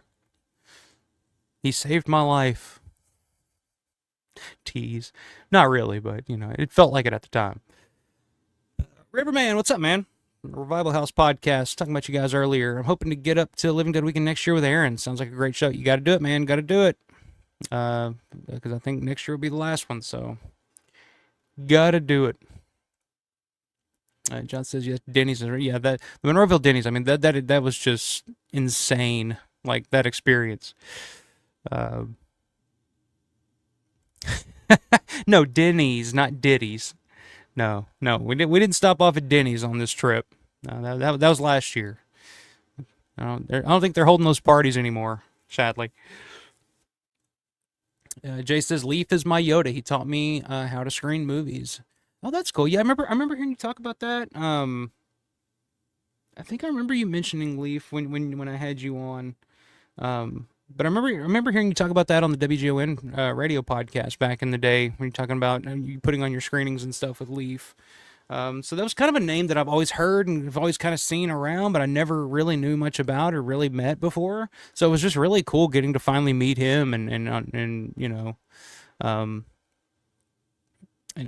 kind of get into his head a little bit and kind of see like, okay, why of all people, like, why does Richard like working with you? And you can tell, I mean, he's a very smart, very articulate, like just classy dude. It seems like just super, super nice. But yeah, I'm definitely going to try to get him on the channel sometime soon. I'd love to kind of deep dive and kind of talk to him and kind of get his story, for sure. Eerie Gut saying Darkness is great. Yeah, I'll definitely have to check that out. Rob says, do they have a food truck with intestines, brain cake, and fried fingers? No. I mean, you got a food court in there. I mean, like I said, the Sabaros was pretty shitty, but, they do got the Annie Ann's and cheesesteaks and Chinese food and Japanese food. And so it kind of works out. I mean, it kind of works for a convention because you got the food court. So,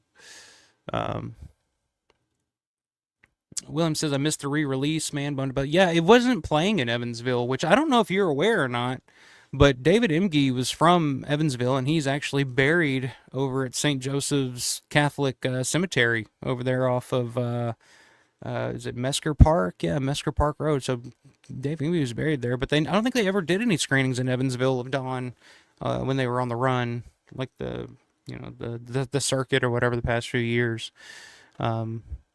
The closest ones we had to go, so I saw it in Clarksville, Tennessee. I saw it in New Albany, which is kind of close to Louisville.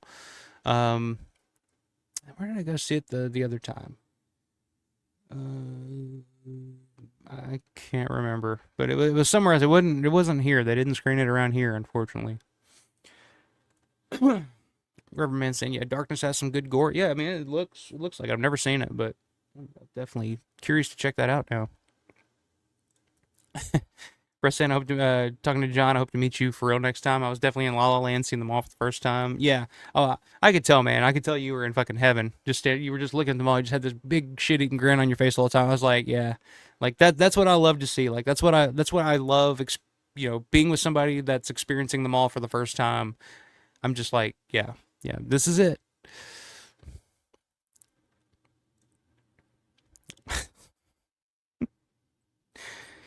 I'm about to pull a Rhodes on you. I'm gonna take you into the freezer and blast you. Listen to this. Mayor says Leaf has definitely been working on getting Darkness released for a long time. I met him at Texas Frightmare Weekend in 2019, and at that time, Arrow was supposed to release it. Yeah, I don't know what the deal is with that, but um, yeah, definitely needs to do something with that soon. 'Cause I need to see it.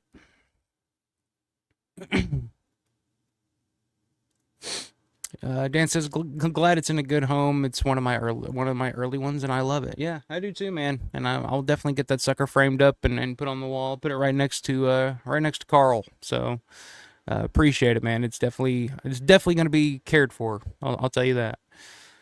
Excuse me. James, what's going on? James Bourne. This is my first time coming to Living Dead Weekend. I want to thank all of you guys for making it the best con experiences I have had yet. Well, I'm glad you finally made it, man. All the way from, did you say? I thought you said UK for a second there. I don't know. Blah. But good to see you, man. I'm glad you're able to make it. And like I said, if you see me next year, definitely come say hi. Um, that's what it is. Fireplace, fireplace. The piece of the Living Dead or the Evil Dead 2 fire or the Evil Dead fireplace, not Evil Dead 2. I got the fucking Living Dead Museum on the brand. They got the Evil Dead 2 cabin in there, so um, yeah, very much appreciated, man. Very much.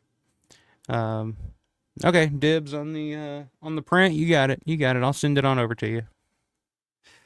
Um, James said, I think you need to acquire the authentic Dave King chair from the mall before someone else gets the idea. I think Larry's probably already put a bid in on that, and I don't think we're gonna. I don't think we're gonna pry that. If anybody's gonna buy it, it'll probably be Larry. So I won't even try. But that's not a bad idea actually, because that chair is probably not gonna be there too much longer, unfortunately. Uh, nah, I won't punk out. I won't punk out. I got you. I got you, Michelle. Um, Robert says I was born in '77. Oh, okay. So you're born that same year as the check. Very cool. Yeah, that's what I was thinking. Like, that is the perfect Romero check for me. On my birthday, signed by Rubenstein, Romero twice, Christine, and it's for a Martin screening. And I had to have it. I just couldn't pass it up.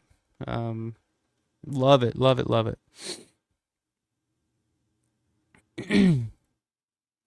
That is a badass, very cool slash unique collectible. Yes, it is. Shout out to Paul for even thinking of me. Horror Rock Dude says, nice. I bought a check in 2021. I believe mine's from 1976. And I remember picking out check number 1031 because I figured it was the only one with any significance since it's Halloween Day. Oh, very cool. Who was on the check? Was it signed by anybody or made out to anybody in particular?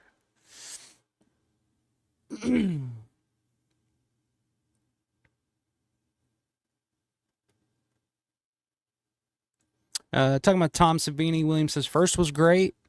This one was fast. He seemed off when we got to him. Yeah, Tom ended up leaving Saturday, I believe. He left early on Saturday. I had said saying that he wasn't feeling well um, or didn't know what was going on, but he did come back on Sunday. So he did return on Sunday. But yeah, I heard that he had left early on Saturday because he wasn't feeling too well. So I was glad to see him back on Sunday and hope he's doing all right. Which, speaking of, I heard today that Russ Streiner is actually had to cancel an appearance coming up here because I guess he's got COVID. So I hope he's doing well. Hope he gets better. So definitely thinking of you, thinking of Russ for sure. Um, James says I'd be happy to finally meet Ken Foray. Well, I mean, I think there's a pretty good chance that's going to happen at a Living Dead weekend soon. So stay tuned for that, man.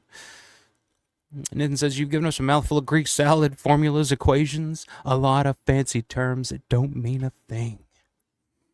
John says I only went once on the tour, the same convention Jim and I met. Oh, okay, very cool, man. Aaron Hollis, what's going on, Aaron? I've lived in the Pittsburgh area my whole life and had been to the Monroeville Mall many times, but this was my first Living Dead weekend. Definitely won't be my last. Very cool, man. Uh, Glad you were able to make it and glad you had fun. William says, "Oh yeah, I knew that. Sad he passed. Yeah." Um,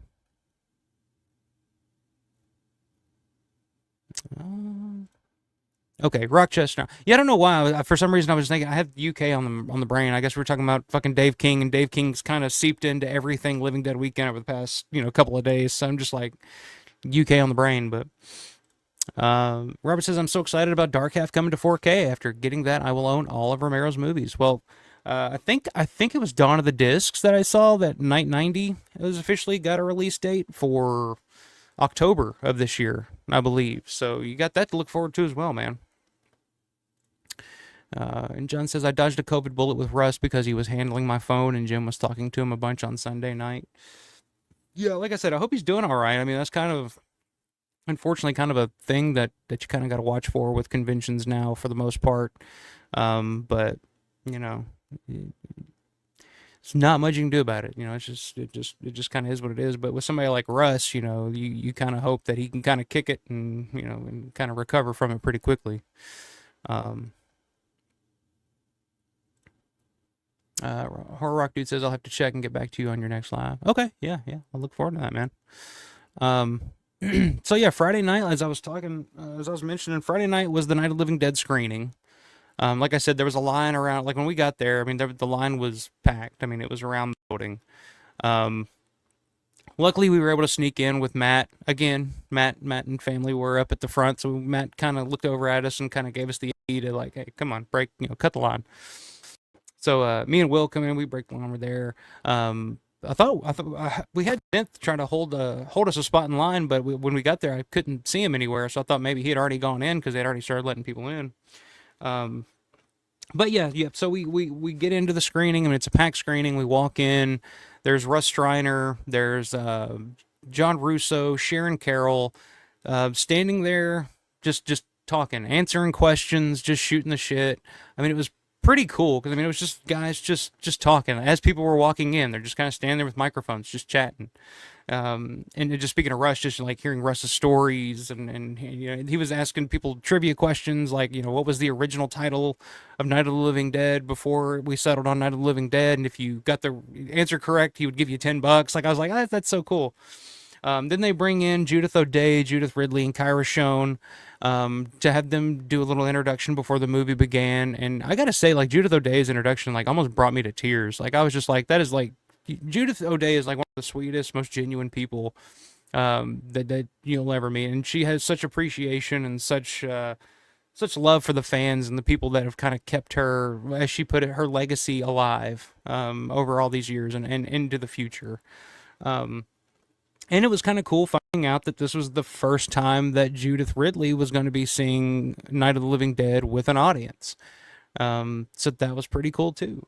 Now, I'll admit that at this point, like, we were all pretty fucking tired. Like, we were all pretty worn down at this point. This was kind of the end of the first day, and like I said, not working on much sleep, which keep in mind, not working on much sleep. I don't think, Will, I don't know if you're still in here. Did we eat anything before we went into the screening, or did we wait till after? I can't remember. Actually, no, I remember. I specifically remember we didn't eat shit before the screening. So yeah, we're all kind of just tired, and but it's like once the movie begins, it's like I kind of got sucked in again, and I was just kind of like, so a couple of observations about the film, watching it again on the big screen with an audience. I'd never really noticed how visible some of the stuff that they shot inside the house. You can see that it was shot during the day because if you look out the window, you can kind of see this, the daylight through the trees at certain points. I'd never really noticed that until I saw it on the big screen. But just in terms of the movie itself, and maybe it had to do with Judith's introduction of the movie before it came on, but I I found myself again watching a movie that I've seen dozens and dozens and dozens and maybe hundreds of times at this point. I found myself really loving and appreciating Judith O'Dea's performance as Barbara in this film. Um, to me, she was kind of the only one. Her character, like people always shit on the Barbara character in the original. They're always like, "Oh yeah," but in the remake, she's like badass and stuff, and that's cool. I love Patty Tallman and all that, but there was like there's a form of realism that she brought to that character, and she kind of understood like this isn't normal. Like what's happening right now is not normal. Like I'm not interested in fighting about who's upstairs, downstairs, get to the truck, whatever. Like what's happening? Like reality is turned itself upside down. Um, all of us like for a 1 minute where we're driving in the cemetery, Johnny's asking for candy and we're joking around, and all of a sudden he's dead. The dead are coming back to life, and I'm stuck in this house with all these strangers that I don't know, and the world is just turned completely upside down in a matter of like an hour. And she's kind of processing that throughout the whole film, and just her performance, the way she's kind of just breaking down and just just kind of stuck there. Like she's the only one, and she's kind of like right in the middle of this. And another thing I kind of noticed watching it, and whether this is really there or not, but it's something that I just kind of put my own thoughts and feelings about the film into. Um, but it's almost as if every character represented an aspect of society at the time, and that we're all fighting for, whether it's a common goal or whether what direction they want to go, whether it's the Dwayne Jones character, which is obviously a black guy who's kind of taking the leadership role in the film, which is kind of one of the first times you see that in a film where the black guy is the lead, like the main character. That's kind of what was happening in society at the time with the civil rights movement and all that stuff. But then you had like the old guard, which was like, Harry Cooper, who was isolationist, like let's, board ourselves up down here and just wait it out type of thing. You had Helen Cooper, who's kind of a representation of women's lib at the time, like feminism. Like she was kind of sick of Harry shit and was ready to just say, no, I'm not listening to you. I'm not following your lead anymore, which is what she does at the end when Harry's like, get in the cellar, and she looks at him and says, no, I'm staying up here and fighting.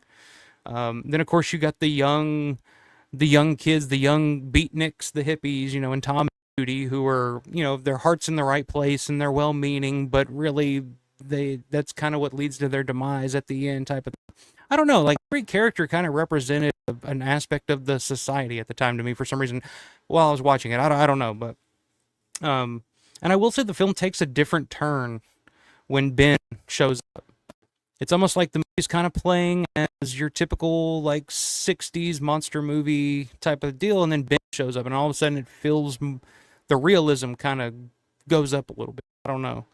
But I love that fucking movie, and watching it at that screening, I thought I was going to be sitting in that screening just kind of like watching the audience more so than anything, which I do at times, but because I love watching these films with an audience because I don't get to do that very often, and they're films that I love and know like the back of my hand, and when you watch it with an audience, it's like, oh, this still works, or oh, that's still appreciated, or whatnot. Um, but I ended up kind of getting re-engrossed into the film and just kind of seeing different aspects of it that I don't know, that I just don't see normally when I just watch it on TV like I normally do.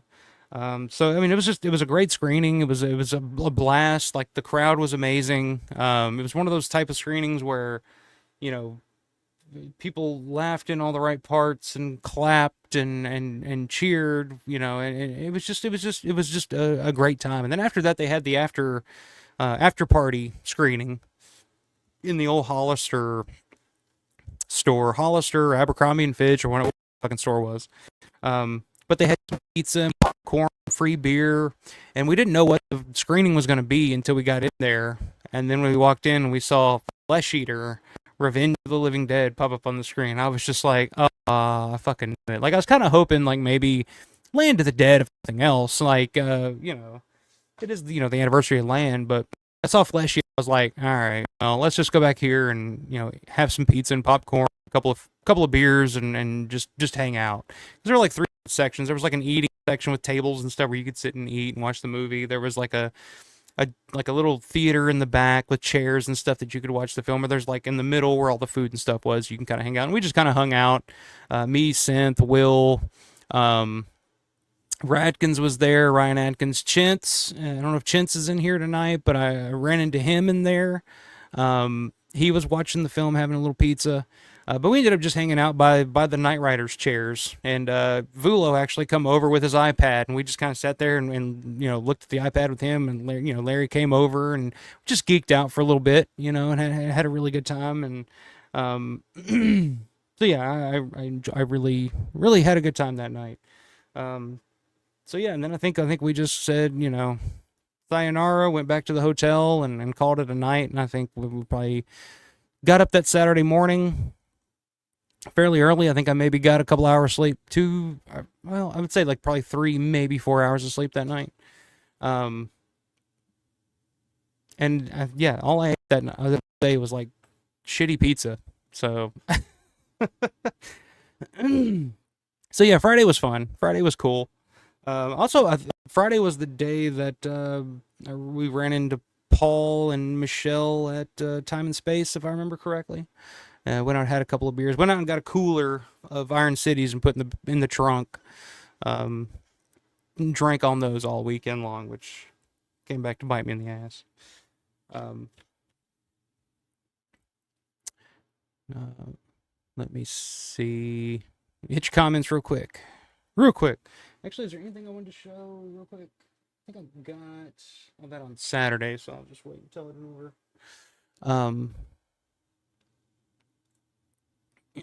Jeff says, yes, Night of the Living Dead 90 release in October by Sony Studios. That's right. So yeah, Night 90 in October. Keep that in mind. John says, I got a great shot of Judith. I still have to share from the screening. I'm proud of it. Very cool. Yeah, Judith, like I just love hearing her talk about it because she really seems to get it. Like the whole legacy aspect of it and just, what the film has meant to her. And she's so appreciative and so gracious to the fans. Like I've met her twice and both times it was, you couldn't ask for anything better. Horror Rock Dude says it was cool to see some unplanned people show up and talk to the fans. Jeannie Jeffries, Chuck Gordon, Tony Booba, Rosemary Rixey, and Dan Bertha. I didn't see Tony Booba. Damn, I didn't know Tony was there. I'd seen Jeannie. Jeannie was there pretty much all weekend. Rosemary was looking for Will. That's why she was there. Rosemary was on the prowl for Will. She was trying to call him at one point, and he was like, I'm not going to answer that. If she's watching. And I did see Dan Bertha. I did see Dan that day, too, so. Yes, fully agree. Judith is awesome. Robert says, from interviews, I think she's a sophisticated and brilliant woman. She hated the change to her character Barbara in 90. Yeah, she didn't hate it. She just she just said it was kind of just it wasn't her character, which is fine, But it wasn't, she's played Barbara a completely different way. And Michelle says, I spent a lot of time with Russ this weekend. I'm hoping for the best, but 7 nights of no sleep probably killed my immune system. Yeah. It killed mine. We'll get to that here in a second. James says Judith is very awesome. Indeed.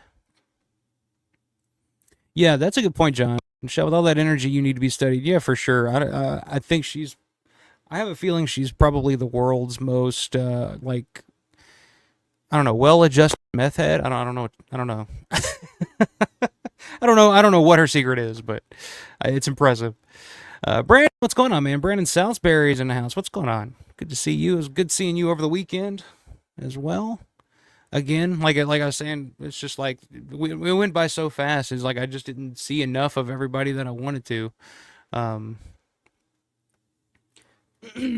Excuse me. Jesus Christ. Brandon says, man, this place is like the Living Dead Weekend VIP after party. Yeah, we got all the big hitters in here, man. All the big hitters. Michelle saying, is Felsher here to answer all the trivia questions? No, we kicked Felsher out. It's the VIP party. We kicked him out. Michelle needs a Twinkie. Post that video, Michelle. Dare you. Jeff saying, "Hey Brandon, love your documentary." And Brandon had something really cool this weekend too that I got to see that I'll talk about here in just a second. James Moore says, "Sorry Tallahassee, all the Twinkie stores are closed." Didn't they discontinue Twinkies for a while there? I thought they like banned Twinkies at one point or something like that. I don't know where you heard that rumor, but is a 100% bullshit. Um, they had good jeans back in the day. I'm sorry, I don't know what to tell you. Brent says, "Who's coming back in October?" I mean, I think everybody would love to. I'm curious to see what the plans are for October. I will say this: like I did have some conversations with with Kevin and Mandy over the weekend. Um, they took everybody out to dinner on Sunday night after the show. I was very lucky and privileged to be a part of that. And I was sitting next to Kevin and Mandy, and they were kind of talking about October, and I was throwing out some ideas. I was like, night 90 is this is the 35th anniversary of Night 90, and there is a 4K coming out in October. I mean, that's perfect time to do another Night 90 reunion. Um, so who knows? They also mentioned maybe possibly a Reanimator reunion. They're looking at Reanimator's 40th anniversary um, in October. So I don't know. We'll see. Everybody knows. I will be there if there's something going on. So um, yes, October. Keep watching Living Dead Weekend page. There you go. Jeff hoping to be there in October. Very cool. Horror Rock Dude says he was eating an ice cream cone outside the museum, looking down, listening to panels when I saw him. Um, who are you talking about? Oh, Tony Booba. Yeah, I love Tony. I'm a huge Tony Booba fan, so I hate that I missed him. Um, Williams says ran out Sunday night after they closed the mall and hit up James Street Tavern. Monroeville is rough if you take the Bikers Hill up and take a right. Crazy local spot. Oh, that's interesting. Uh, yeah, I've never been there, but I'll keep that in mind next time. Yeah, Monroeville. There's some spots in Monroeville that you got to kind of keep an eye out for sure. Um, okay, John will be there in October on his own. Very cool. Brandon says they haven't announced anything yet, but they aren't exactly keeping it a secret either. But something is happening for October. Yeah, they pretty much. I know on the tour Sunday, Larry pretty much told everybody there. I was like, yeah, there'll be another one in October and another one next June. So there you go. Matt says, didn't see Tony. Really wanted to talk to him. We stopped at the Carnegie Museum of Art and saw his installation. Money Picasso, Tony Booba. Odd, but really cool. Yeah, that was really cool. You sent me a photo of that. I was like, yeah, see, Tony Booba needs to be right there next to, Monet, Picasso, and Tony Booba. I said money, but I think, yeah, it's spelled money there. So you're fuck up, Matt. You're fuck up. Um, Robert says, I just recently watched Reflections of the Living Dead. He might have been a bad word, but she didn't like the change. Yeah. Well, I mean, Judith O'Dea's not gonna say a bad word about anybody or anything, but yeah, she definitely prefers her version, and I do too, honestly. Although I love Patty Tallman, and but I'm a Judith O'Dea Barber kind of guy. Uh, yeah. Okay. There you go. You corrected yourself. You didn't need me to correct you. You're ahead of me. You're already ahead of me. Poor Felcher. Um, Michelle says I will post that video eventually. My deep throating that Twinkie. There you go. You might get some new fans. Brandon says, speaking of the cool stuff I have, I managed today to reapply the teeth to the Resident Evil 2 mask today. Looks really cool. You'll have to show that off, man. You'll have to see it. I'm telling you, anytime, man. Anytime you want to come on, show it off. Let me know. I'm here waiting. Michelle says, I'm going to try to go in October, but the goddamn exchange rate kills me. Well, like I said, when Canada becomes the 51st state, that'll clear all that up. You'll be fine. So don't worry about it. Don't sweat it. Um, so yeah, that was Saturday, or that was Friday actually. Let's see, what do we do on Saturday? I literally had to write notes to kind of fucking try to remember what the hell we did on what day. So the first thing we did Saturday, we kind of were like, yeah, we'll wait to get to the mall. We had the photo op. Matt actually paid for a photo op for me, Will, and Paul to do the Ritz photo op with them. So we had to be couldn't that was a no brainer. Like I had to do that. That's way too cool to pass up. Thank you, Matt.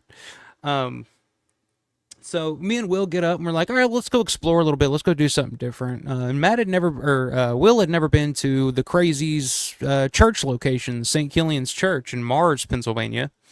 So we get up that morning and we head to Mars to visit the St. Killian's Church.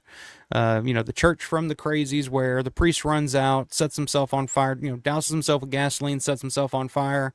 That church is still there. And it's a really great location to visit because it looks pretty much the exact same as it did in the film. Like, not a lot has changed in that area. So we went there first. Got a couple of shots of that and tried, matched up some shots to kind of see what everything looked like now. Then when we left there, we noticed that the bowling alley, Lancaster Bowl, which is now Mars Bowl, is in Mars, Pennsylvania, and that's the bowling alley where they shot a few scenes from the 1996 comedy from the Farrelly Brothers, Kingpin, with Woody Harrelson, Bill Murray, Randy Quaid. And that is my favorite comedy of all time. My favorite comedy film of all time is Kingpin. I grew up in a bowling family, and when that movie came out, I remember being a kid and thinking it was the funniest goddamn thing I ever saw.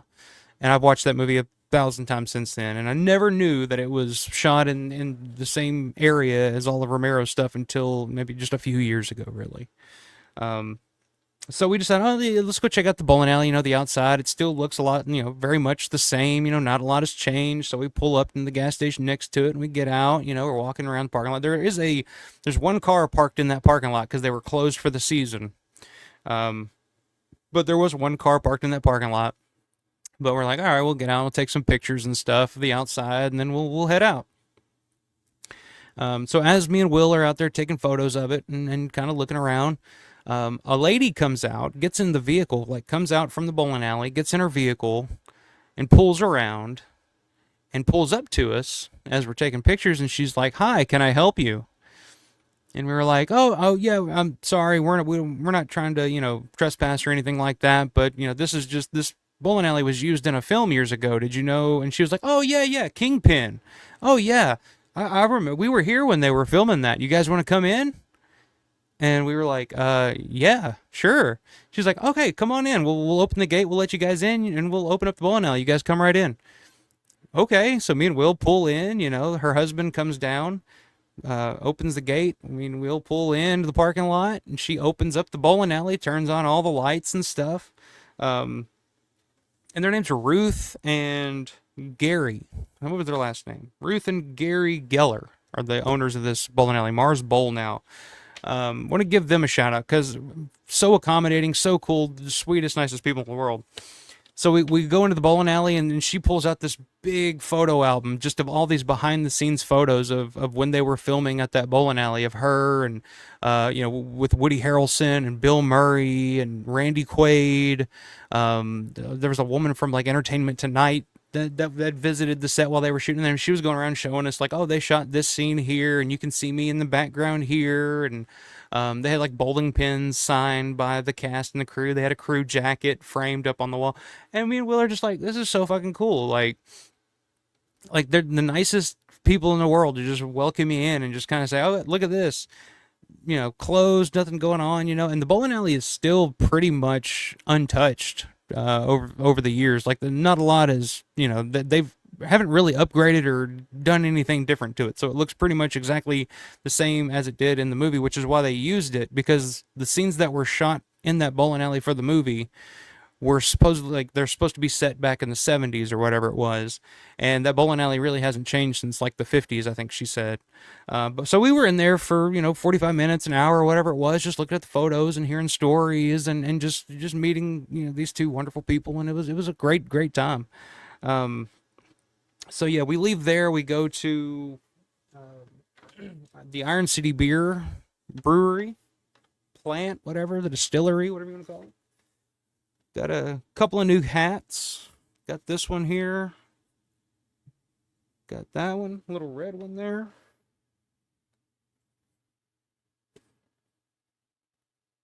Got this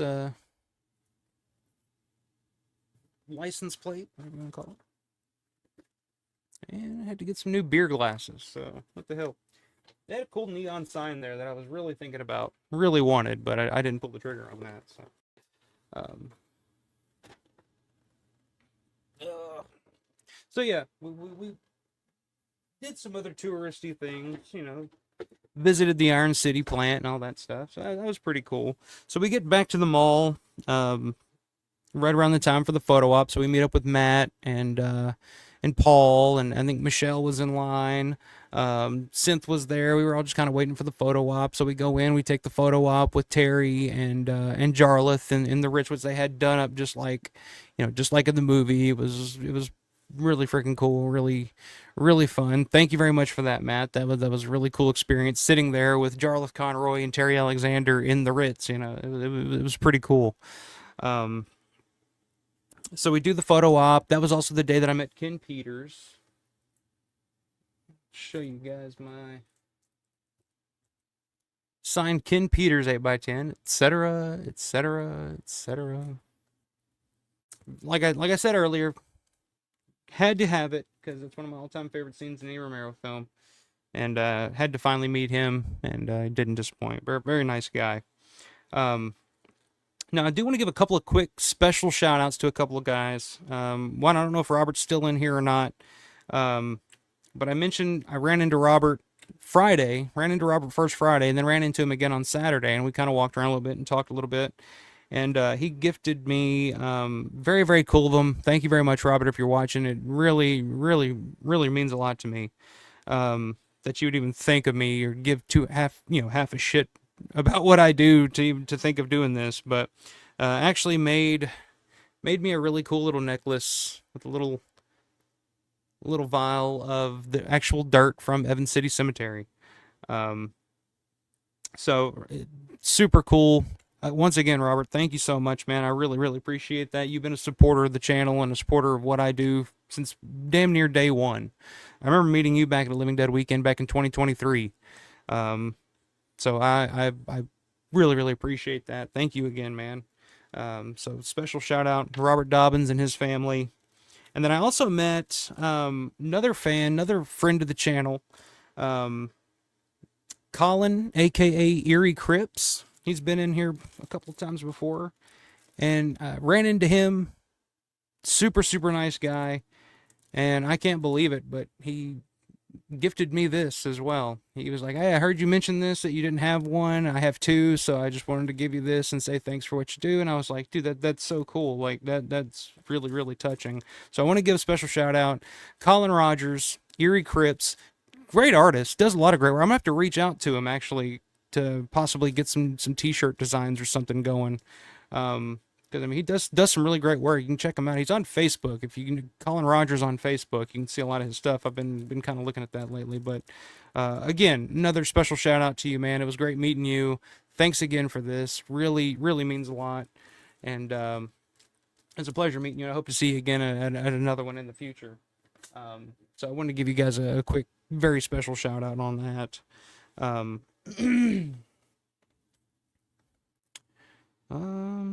Let's see. What do we do next? So we hit up Permane Brothers. We tried to go to the Permane Brothers downtown, the original one, but there was some kind of fall festival or something going on down there. I don't know what the hell it was, but we couldn't, stir those people with a stick. So, so we decided to just go to the one in Monroeville, have something to eat. That was the only thing we ate that whole day. I was like, well, look, I'm just gonna meal on something real quick, and then we're gonna get something in my belly, and then we're heading to the VIP party. Because I think all I had drank that entire day was just Iron City all day long. Just like I said, I had a cooler of them in the trunk of the car, and I was just like, that's pretty much that and coffee. So not a good combination. Don't do that, kids. So yeah, go to Permane Brothers, get some food, head to the VIP party.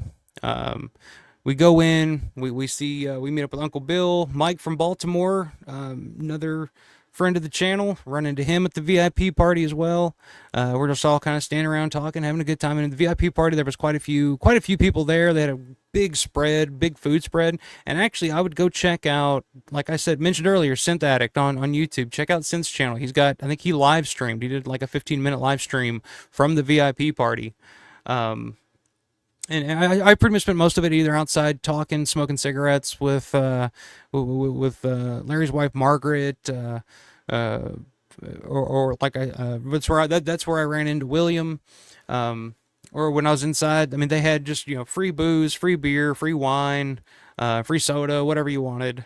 And we just hung out and talked. But probably the highlight, which is where I about shit myself and fell back in it. Um, so I see Greg Nicotero walking around. You guys know the story of Greg Nicotero if you watch the channel. He popped in on one of the in the chat on one of the live streams a couple months back, and then was cool enough to do a little intro video, a little shout out for the channel when Matt met him. So I'm looking for him. I haven't run into him yet all weekend at this point, but I know he's at the VIP party. I'm seeing him walking around, and I want to catch him before he leaves. And he's talking to Larry. He's over talking to Larry, and I walk up to him, and he's talking to Larry. I'm just kind of standing there waiting. And he sees me, and he looks over, and he's just like, "Oh, it's Alpha Romero." And I was just like, "Hey, I just wanted to say thank you, man. Like, that really meant a lot what you did." He was like, "No, man. Like, I'm a huge fan. Like, I watch every show. Like, if I don't see it live, I go back, I watch it later." And he's just like the coolest fucking guy in the world. And I'm just standing there like 10 shades of fucking red, just like, did that really just fucking happen? Like, how cool was that? Like, the coolest guy in the fucking world is Greg Nicotero. Doesn't need to be as cool as he is, but he just is. So yeah, that was really cool. Getting to finally shake Greg's hand and thank him for supporting the channel and all that. But yeah, it was just a fun night. Hanging with friends. Matt and his family were there. Synth was there. Will. Pretty much everybody. John was walking around with his iPad, showing some good shit off. So I mean, it was just a fun night. And like I said, I was pretty toasted at that point.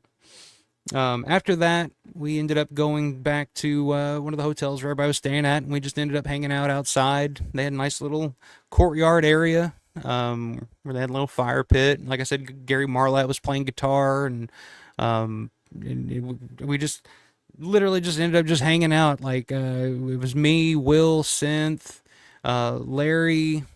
John came over with his iPad, and Jim Serenella. Brandon Salisbury. Brandon was there. He'd brought what he was going around showing people was the I think it was the appliance from the what was it? It was the Resident Evil commercial, the Biohazard commercial, Biohazard 2 commercial that George directed. He had bought some of the zombie appliances from Screaming Mad George. If I'm wrong about that, Brandon, correct me, because I was really fucking drunk at the time. So, but yeah, he was showing that. It was really cool. I had to get a good close look at that. I was like, wow, this is pretty damn cool. But it was just like, we're just hanging out. It was like 3, 4 in the morning, and we're just out there just chilling and just nerding out. It was just the ultimate like Romero nerd session. Like anytime you get Lawrence DeVincent, John Vulo, Jim Serenella, Brandon Salisbury, all these guys together, and just nerding out about Romero, like just talking about Romero, like it's like that's what I'm there for. Like that's what I'm there for. Um, yeah, and then that kind of capped Saturday night. It was a great night. Another great day at the convention. We ended up going back to the hotel, and boy, I didn't get enough sleep. I'll tell you that. Go back to the hotel. I think me and Will probably both went to sleep probably about 4:30 at that point. I knew we had to get up early because Larry's tour was the next morning. So that night we got very little, if any, sleep at all, which will play into how Sunday develops. But let me see. There you go, Brandon. One of us. Gooble gobble, gooble gobble. 51st state, Michelle, I'm telling you. It's going to happen. Just be prepared. William says Greg Nicotero was the favorite for us. So cool at the mixer. Oh yeah, I mean Greg was just kind of going around to everybody, just kind of like just mixing it up. Mixer, that's where it comes from. Coolest guy in the world, absolutely. There he is, Rick, the North Going Llama. What's going on, man? Good to see you. Robert says I still like the remake of The Crazies better than the original. Well, that's your opinion, and it's your right to be wrong about it, sir. Rick says, "Happy Father's Day weekend to all those dads." Absolutely, yeah. I forget all about Father's Day being this weekend. I better get something cool. I say that. Um, yeah. Make sure all the fathers out there get your cakes. 100%. James says, "Got to bounce. It was great hanging with you guys. Hope to do it again soon." Absolutely, man. Thanks for stopping in, man. Good to see you. Matt says Bill Murray's goddamn comb over. I can't even think about it without cracking up. Yeah, I love it. That's one of, like I said, my favorite comedy ever is Kingpin. And just to find out that it was shot in Western Pennsylvania, it makes total sense. I was like, it makes 100% sense. John says, interesting fact, Ken Peters told me that he also added into his bio, Ken came up with the name for Icy Light. Really? I did not know that. That's really cool. I didn't know that. Hmm. That's pretty cool. Horror Rock Dude says, I'm hoping they have Robert Saunders, Roger Bite Zombie for one of the next two Living Dead weekends. Yeah, I think John said, I'm pretty sure Robert Saunders passed away. I'm pretty sure. Jeff said it is Miguel, the first zombie Don, still alive. Yeah, Tommy Lafitte's still alive, and he usually pops up at a Living Dead weekend. He doesn't have a table, but he'll just show up for like an hour or two just to hang out with everybody for a second and then leave. Yeah, Tommy. Tommy's still alive. He's still out there, and he's still acting too. Anything in Pittsburgh, anything gets shot in Pittsburgh, Tommy usually has some kind of little role or something in it. So,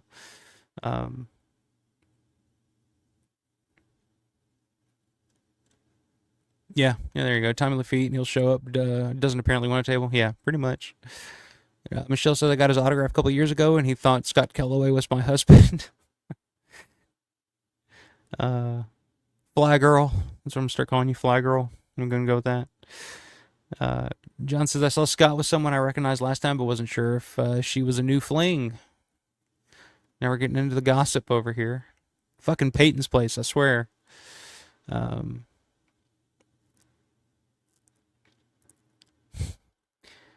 50 more like 11th province. Nah, no way. California, doesn't California have a bigger economy than the entire country of Canada? Just saying. I think that's the case.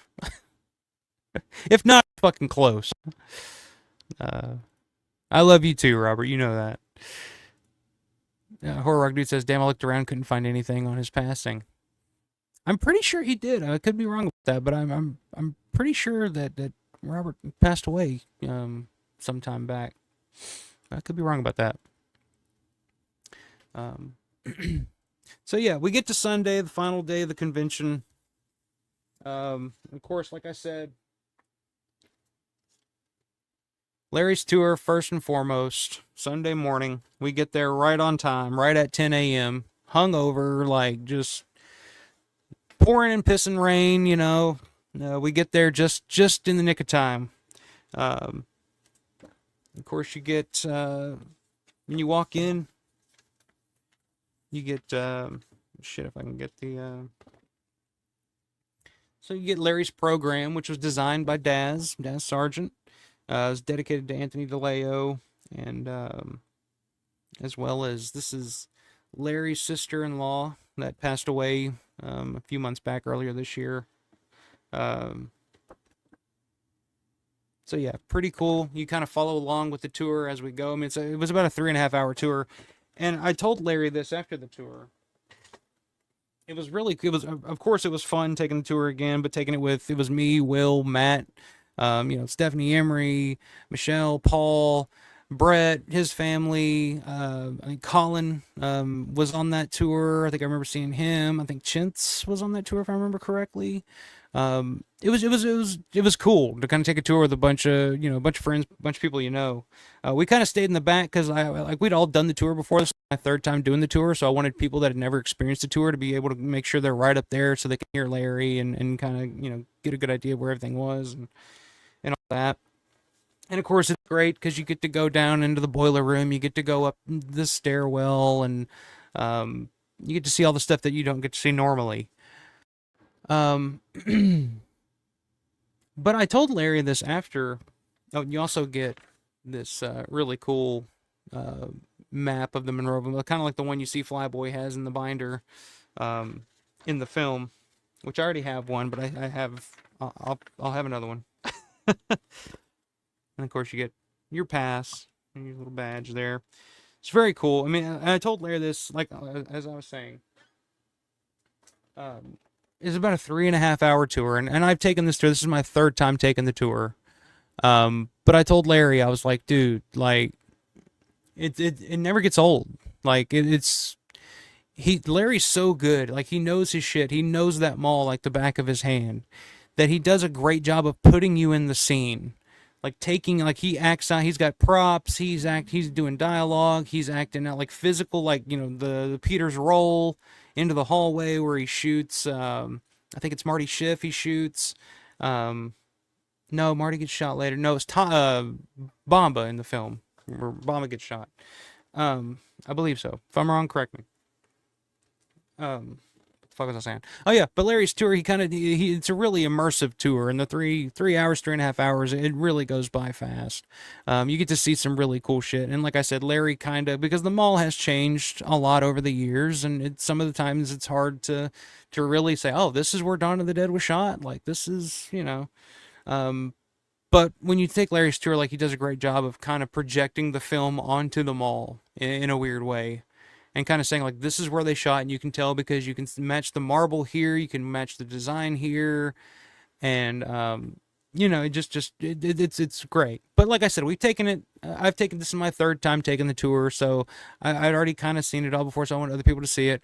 But I told Larry this. I was like, dude, but it was just a really great opportunity because when you're at Living Dead weekend or you're at the mall, everything's going so fast and you're running around, you're trying to do so much and you're talking to people and there's so much going on that you kind of forget to kind of stop and take them all in and just kind of, just take a moment and just look around and just kind of take it in.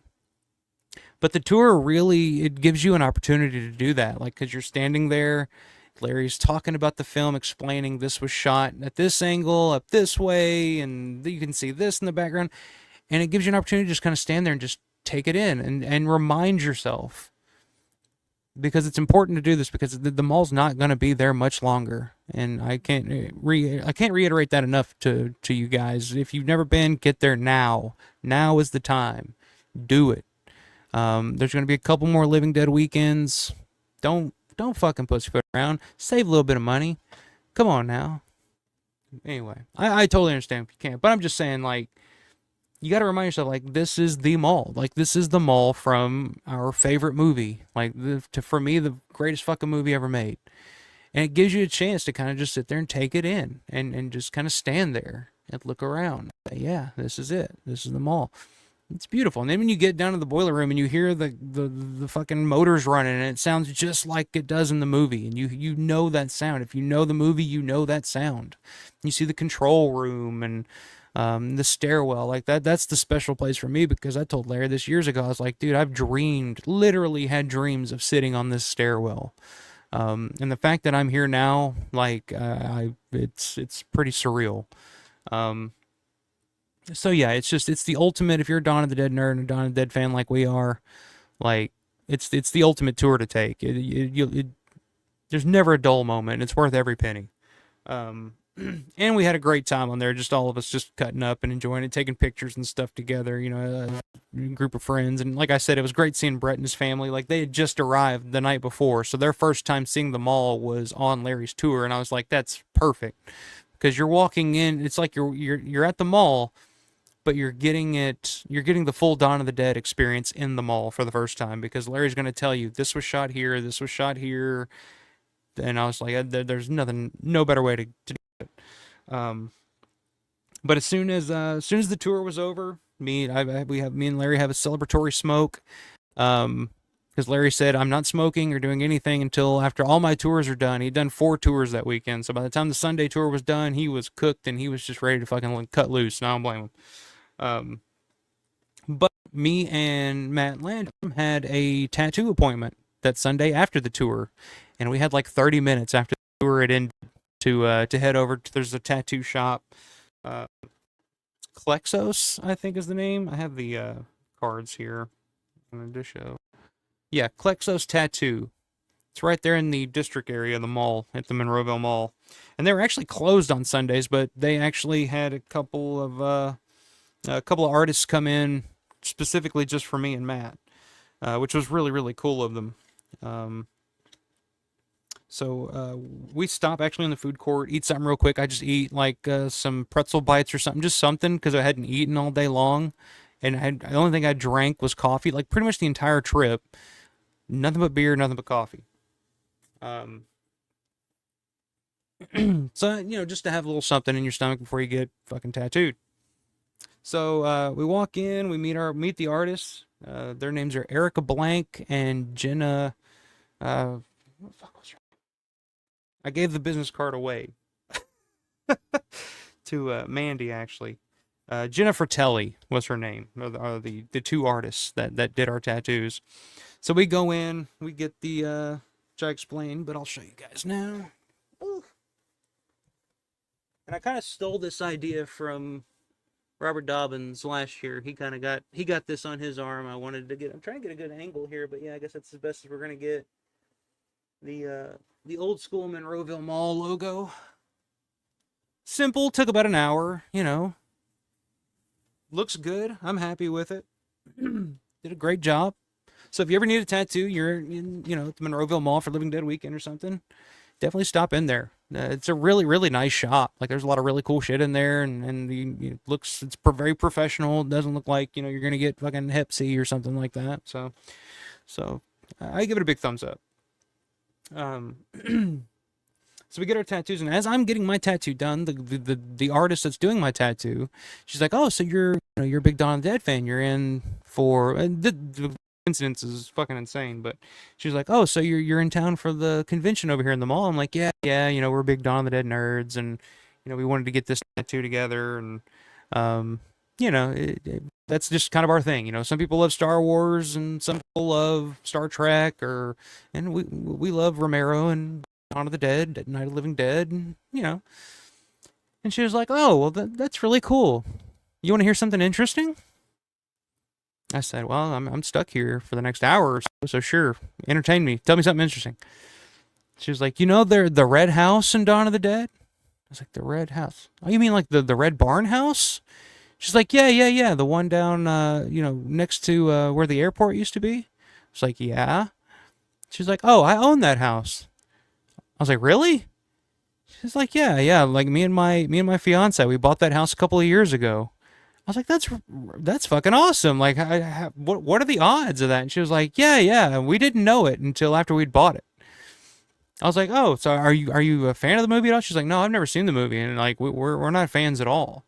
But they told us after we bought it, like, "Oh, hey, this movie's kind of this house is kind of famous. It's in Dawn of the Dead." We were like, "Oh, okay, like that's no big deal." And then she's like, "But I gotta say, it's getting kind of annoying having people slowly driving by your house and walking up to your yard and taking pictures of your house all the time." She's like, "It's kind of annoying." I was like, yeah, I can see that. I can see that. I'm sorry about that."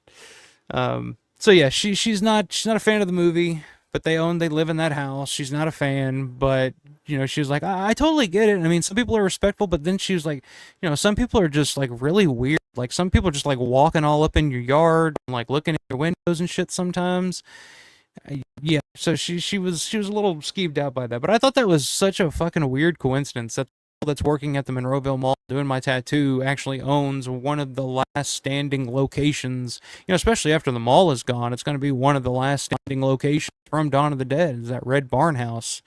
Um, and funny enough, I think that Mandy and Kevin have been trying to get a hold of whoever owns that fucking house for a while now, trying to figure out who owns that house because they want to kind of do something with it. So that's who I kind of slipped the card to. I was like, "Oh, well, she owns the house, so if you guys want to reach out to her, like, feel free." So um, I don't know how receptive she'll be. Saying she's not a fan of the film or anything, but it's worth a shot. But I just thought that was really just a weird coincidence and really cool. That that of all people, she and her fiance own that house and live there. So we got the tattoos.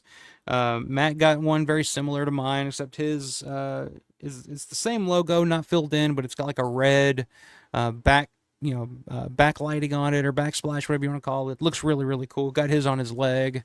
So we're bonded together as brethren, and in Romero and Dawn of the Dead Forever, which is a total honor, Matt. You, you're the best. Um, so yeah, so Sunday, I mean, the show's wrapping up. Got the tattoo, going back in, one last walk around the convention, going to the booths, and just checking stuff out, seeing what's left. Will ended up picking up Peter Cushing, like a little bust from Jerry Gurgley, that I thought looked really really freaking cool, very classy. There's nothing more classy than a Peter Cushing bust. Um, so we walk around, kind of doing our last little lap, and then the convention closes, and we just kind of hang out and kind of help out Larry any way we could. Kind of take down all his stuff from his booth and packing it up, and just kind of hanging out, watching people leave, and it's just a really sad moment. You get there and um, and you're excited, Thursday night, Friday, and it's like, oh, the weekend's just beginning, and all of a sudden it's like, fuck, and in the blink of an eye, it's over. It's time to go home. But it was cool, seeing people coming out and talking. I saw, John Vulo and Jim Cernello were hanging out. It was good seeing them. I don't know. It was just one of those moments where, you're seeing this people walking out, like, Mike Gornick walks out, Jeff Monahan came out, talked a little bit with me and Larry while we were standing out there talking, and we're just kind of hanging out, just kind of we're all exhausted at this point. Like, I am fucking beat, which goes into the next part of my story, which is I'll just go ahead and get into it. I'll hit the comments here real quick, and then we're going to then I'll tell you guys how I actually ended up in the fucking hospital. Um, But I don't want to get too behind on your comments, because you know how I go. I can fucking ramble for a while, and then by the time I get to the comments, it's like 30 minutes ago, and I'm confused. So, okay. So John says he died January 29th, 2020. Search for Robert Banjo Saunders obituary. Okay, there you go. Yeah, we were late by like 5 minutes, but it was pissing pouring. And like I said, we were working on literally like maybe 2 or 3 hours of sleep at the most that night. Altogether, I would guess I probably over the weekend probably got on all 3 days. Well, I got maybe about 5, maybe 10 hours of sleep all the way around, somewhere around there, for 3 days. But we got there. We got there just in time. We had to stop and get coffee. That was just a given. Hey, that's right. It is now officially Friday the 13th. So happy Friday the 13th, everybody. Oh, you guys were? Aw, I didn't know that. Now I feel bad. We were holding everybody up. Sorry, guys. If you're on that tour, I apologize. William says, missed the tours, didn't expect them to sell out so quickly. That stung. Huge regret. Well, luckily, it won't be the last one. So if you can make it back in October or June, I'm sure Larry will be doing the tours. I highly, highly recommend them. They're a blast. They really are. And no, it's like watching Larry do these tours is like watching a fish in water. It's like that's what he's here. That's what he was to do. Like this is just comes naturally to him. Zombie, what's up, man? Zombie Historian. It was great meeting you and Synth at the event. My nephew calls you the Zombie Man. All right, cool. Well, it was good meeting you too, man, and the entire family. It was very very cool. I hope you had a good time, man. I hope you guys had a good time. I saw at one point, was it we were walking through the vendor halls, and I guess one of your nephews or one of the kids in the strollers was throwing a fit and just not feeling it, not having it. And Chris Stavrakis comes up. It's like trying to like play with him, and it's like trying to keep the peace. I was like, oh, that's adorable. Like they could, like Chris Stavrakis is like taking time out to just try to try to cheer up the children. which is sounds totally like Chris. He's just, just the most boisterous, like just nicest guy in the world. But yeah, man, it was great meeting you too. It was really cool, and I thought, like I said, I hope you had a really good time, man. I hope you did. Um, William says, hope not. Big miss. Hit me hard the entire weekend. Really brought down my vibe. Well, don't let it bring down your vibe, man. Shit. Yeah, like I said, it won't be the last one. So if you can make it to another one, definitely get on that tour. There were quite a few people like that missed out on that tour that were trying to get tickets last minute. Luckily, I was able to get sent the VIP ticket last minute. I was very lucky to do that, and very happy to do that for since my boy. So, um, but yeah, like I said, keep an eye out. Tickets go on sale if you plan on making it to one of the next two. Definitely get in on them fast. So, um, well, thank you very much, Michelle. I do. I think it did really, like, she did a really great job. Her name's Jennifer Telly, Klexos Tattoo Shop. Um, yeah, I mean, and it didn't hurt, like, and there was no bleeding. Like, it was just, and it looks fantastic. So they do really great work there. So I cannot recommend those guys enough. Um, hey, Akamori Rivals, that's cool. So dope. Thank you very much, sir. Matt says, yeah, dude, that made it a lot more special. Full circle connection moment. Absolutely. Absolutely. We're bonded. Bonded forever, sir. Anytime you look at your leg, you're going to say, oh, man. You're going to be like 80 years old looking at you. You're like, oh, whatever happened to old Mike? He done lost his fucking mind and wandered out to the ocean or something. I don't know. I don't know where it's all going to end for me, but um, Akamori Rival says it really goes to show the reach of Romero's influence, even though he was basically making indie films with his friends. Yeah, and I think it's been inspiring. We talked about this on one of the roundtables a couple of weeks ago when I had everybody on. It was just kind of, it was just like it's like, what is it about George that draws us to him and his work more so than like most other filmmakers or any other filmmaker for me? But I feel like there's something different about George than like a Wes Craven or somebody like that. I just don't, I don't see the kind of passion that people have for him and his work. That same passion I don't see going towards a lot of other filmmakers from that era. Um, but yeah, I don't know. It does go to show, that's for sure. Robert Cuffley, what's going on? Robert says, "Hey, was there? Was fun. Glad I went. Took my daughter. She loved it too. Very cool. Very cool. Definitely. We gotta. I gotta stress this. We gotta get the younger generation. We gotta pull the younger generation in. I'm doing my job with my 4-year-old. She loves zombie shopping. So she's a zombie fan. Actually, I've been meaning to show this for a while. So at daycare the other day. Speaking of your daughter, how old is your daughter, Robert? So I got a 4-year-old whose hero in life is fucking Chucky, which, it is what it is. But she loves zombies too. And at daycare, preschool, what you want to call it, preschool the other day, she decided to draw her own zombies. And that's her name, Everly, and the way that she spells it. I asked her, I was like, "What are those?" She was like, "They're zombies." And I was like, "Oh yeah, they are. Because if you look close enough, they got the gray face going on, just like the zombies in Dawn of the Dead." I was like, "Oh yeah, that's cool. What did your teacher think about those?" She was like, "She loved them." I was like, "Oh okay." So I got this in my possession now, but I just wanted to show off my daughter's brilliant artwork of the zombies that she drew at school. So I'm doing my part. I'm trying to bring in the next generation. Um, but yeah, good to see you, Robert.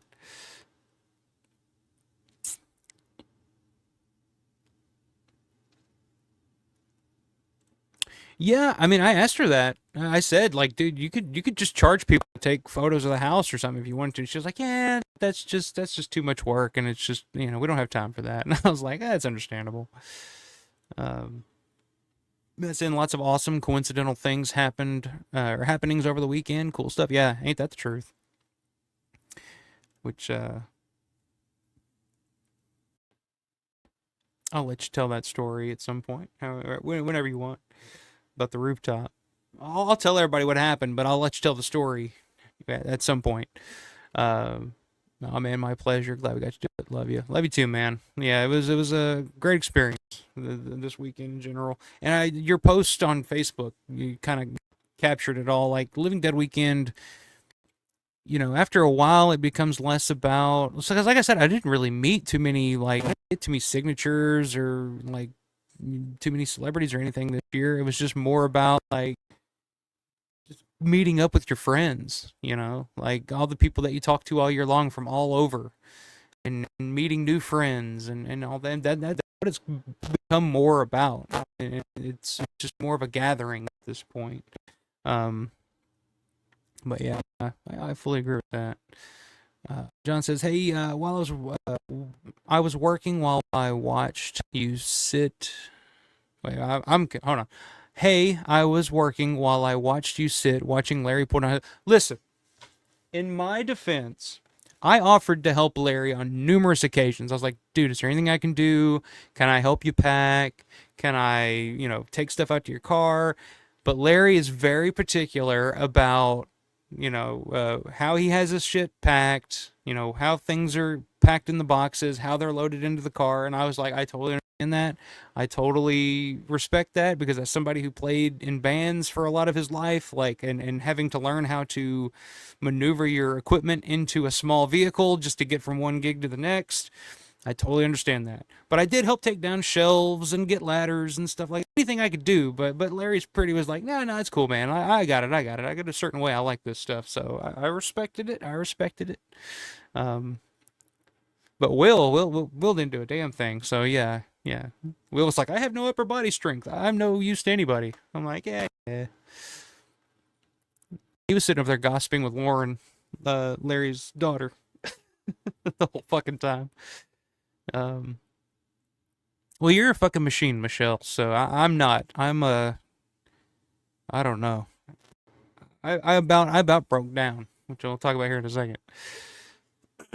Ed's saying, yeah, the final night, then the bus loading to leave church or band camp, just those moments that can still feel years later for its sadness and reflection. Um, oh yeah, the final night of the con. Yeah, yeah, yeah. It definitely sucked. This year's a little easier because I knew we weren't leaving immediately. Like last year, when me and Will left, we left on that Sunday, kind of like Paul did this year. We left on that Sunday, so leaving the mall was just like, oh, I don't want to go, I don't want to go, I don't want to go. Um, but yeah, by the time Monday rolled around, it was like, which I'll talk about here in a second. But Matt says, I heard he crashed out in a Red Robin parking lot. Okay, you guys want the story? Good work, Robert. Good work. She's a teenager but raised on Romero. Everly's Zombies. Yeah, yeah. She's a little artist. I'll say that. Um, Robert says George wanted to make movies, other people wanted to make money. Go ahead and put it.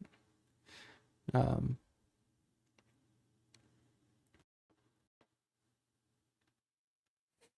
all right, you guys want the story? How I ended up at the Upper Peninsula Medical Center East in Monroeville, Pennsylvania. It's not the upper, but that's an inside joke between Will. It's the University of Pittsburgh Medical Center in Monroeville. So, I'll go ahead and get this out there. I'll tell the story. I'm going to be as honest as I can be with you guys and tell you my side of things and what the hell happened and try to comprehend what happened. I'm still trying to figure out what happened. It was very scary at the moment. Grab another. I'm going to crack open another iron before I delve into this.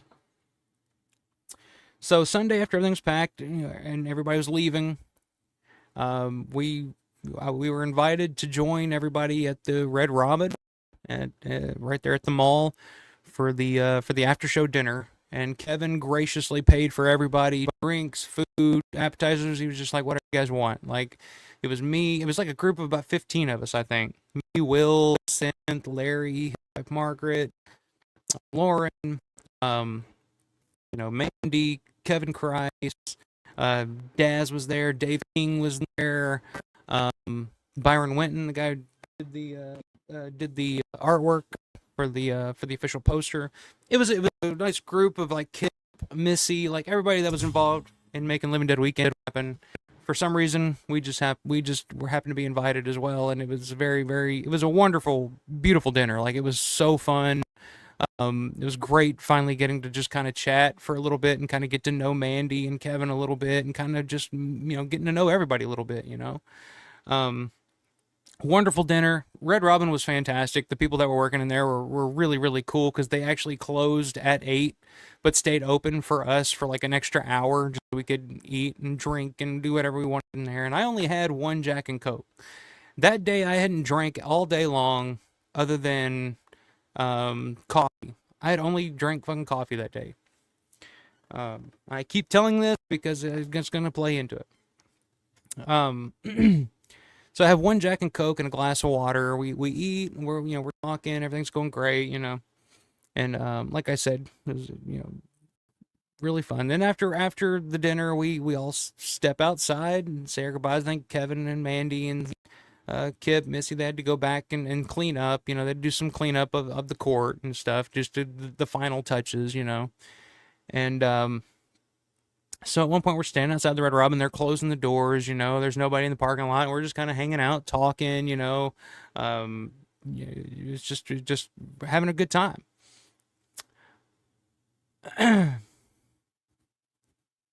So over the entire weekend, like I said, I probably slept maybe 10 hours in total. We barely ate. Like I said, we ate Permanis, Robin, and then just little bits here and there. Barely ate. And pretty much all I drank the entire weekend was either Starbucks, Gloria Jean's coffee, or Iron City beer, or Jack Daniels with Coke. Very little water. It was hot as hell in the convention. Like the farther back you got in the hall, the hotter it was. So I spent most of the convention sweating my balls off as well. So we're standing outside in the parking lot of the Red Robin, and all of a sudden, a joint is being passed around, and as a normal smoker like me, I was just like, oh yeah, sure. Took a couple of hits, and all of a sudden I'm standing there, and people are talking, and everybody's having a good time, and I'm standing there. And all of a sudden, everything starts to get blurry. Everything's like not visually blurry, audibly. All of a sudden, people's voices just becomes one big massive noise to me. And I'm standing there. I'm like, what the fuck is wrong?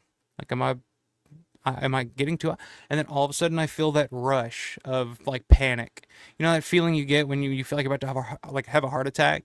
It just hit me all at once, and I was like, oh shit, like I'm not feeling well, like I'm struggling right now.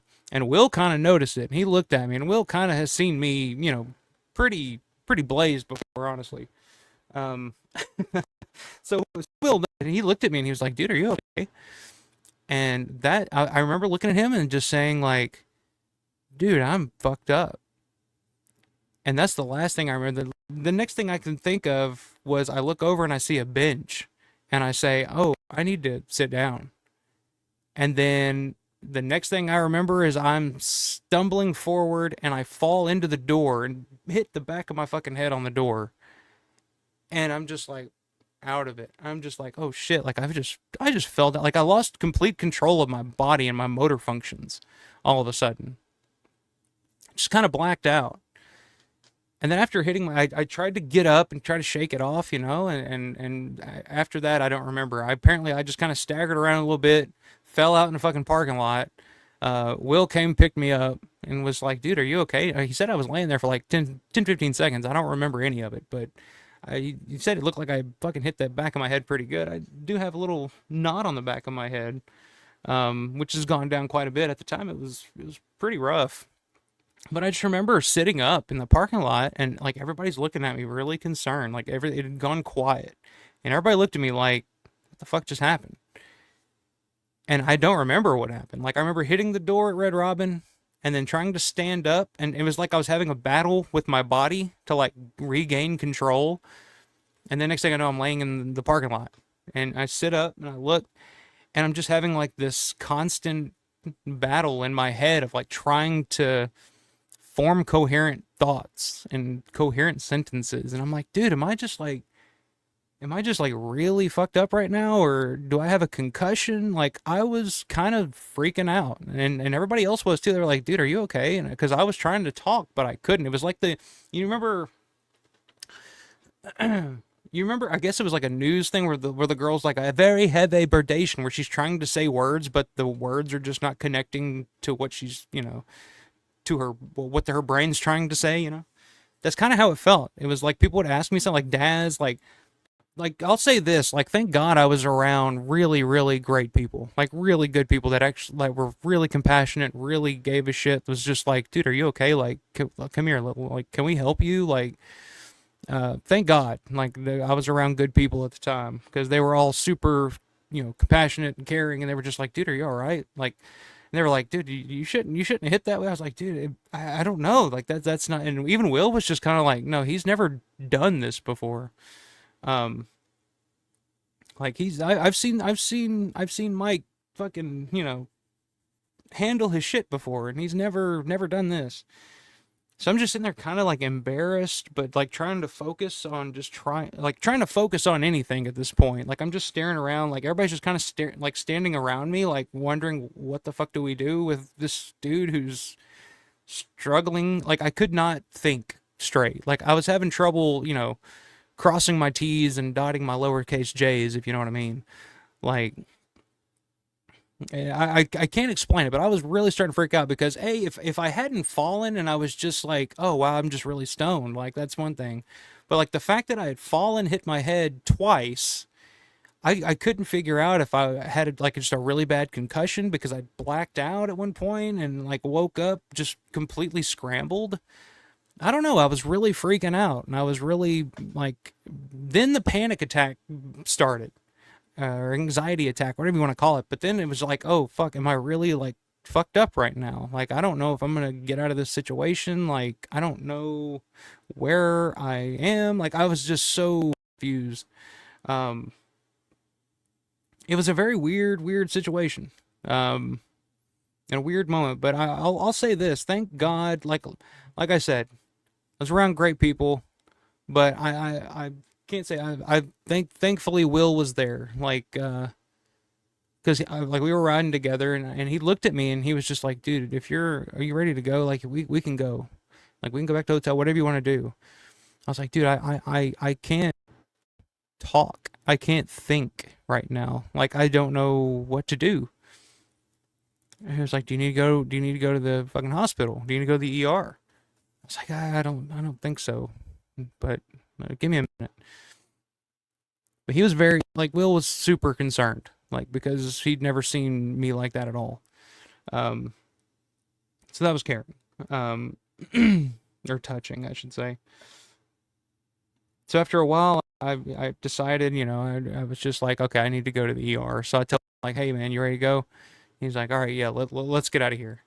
So we say bye or whatnot to everybody, and then as we're walking away, I just tell Will, I'm just like, dude, I gotta go to the fucking ER, and he was like, let's go. Didn't ask questions, didn't try to talk me out of it. He was just like, let's go, like something's wrong with you. So I get to the ER, and I'm just like out of it. Like they, Will pulls up, runs out. I get out, we go in there, and I'm trying to go through the fucking the metal detector, and I'm struggling to just pull things out of my pockets, like I don't know where anything is. And they fucking Will grabs a wheelchair, and I'm sitting in the wheelchair, and they start wheeling me in, and then Will runs in, and he starts, writing down, filling out the paperwork, and he's like, "Oh, your birthday's 10/27." I'm like, "Oh, you do a birthday." I was like, "Oh, that's so sweet." Um, but he was just so caring, and took care of me in that moment where I was just like confused, like. But luckily, they started asking me, like he started asking me questions that I would really need to kind of think really hard to kind of remember, like what's your social security number? And I remember focusing on my, and it was like, okay, and I told him. And he's like, oh, okay, okay. And I got, and I got it right. So once I started doing that type of stuff, like it all kind of started, the cobwebs started to clear a little bit. But I was still kind of having a fucking panic attack because I didn't know what the hell was wrong with me. Um, I don't know if this is compelling or not to anybody, but I'm just trying to make sense of it myself. So they wheel me back, I go back there with the nurse, and the nurse is asking me questions, and I can't answer half of them. I'm just like, I don't know what you're asking me right now. And she's like, did you hit your head? I'm like, yeah, I think so. Somewhere around here. And she starts asking me, well, what else happened tonight? So I'm telling her, like, I'm just gonna be honest with you, like this happened, and then I fell and then hit my head, and I'm just really, I don't know what else to tell you. I don't remember a lot of the past hour and a half or whatever. So she takes my like my blood pressure, and like I said, at this point, I'm still having a panic attack because I don't know what's going on. Like she takes my blood pressure, and then she's like, okay.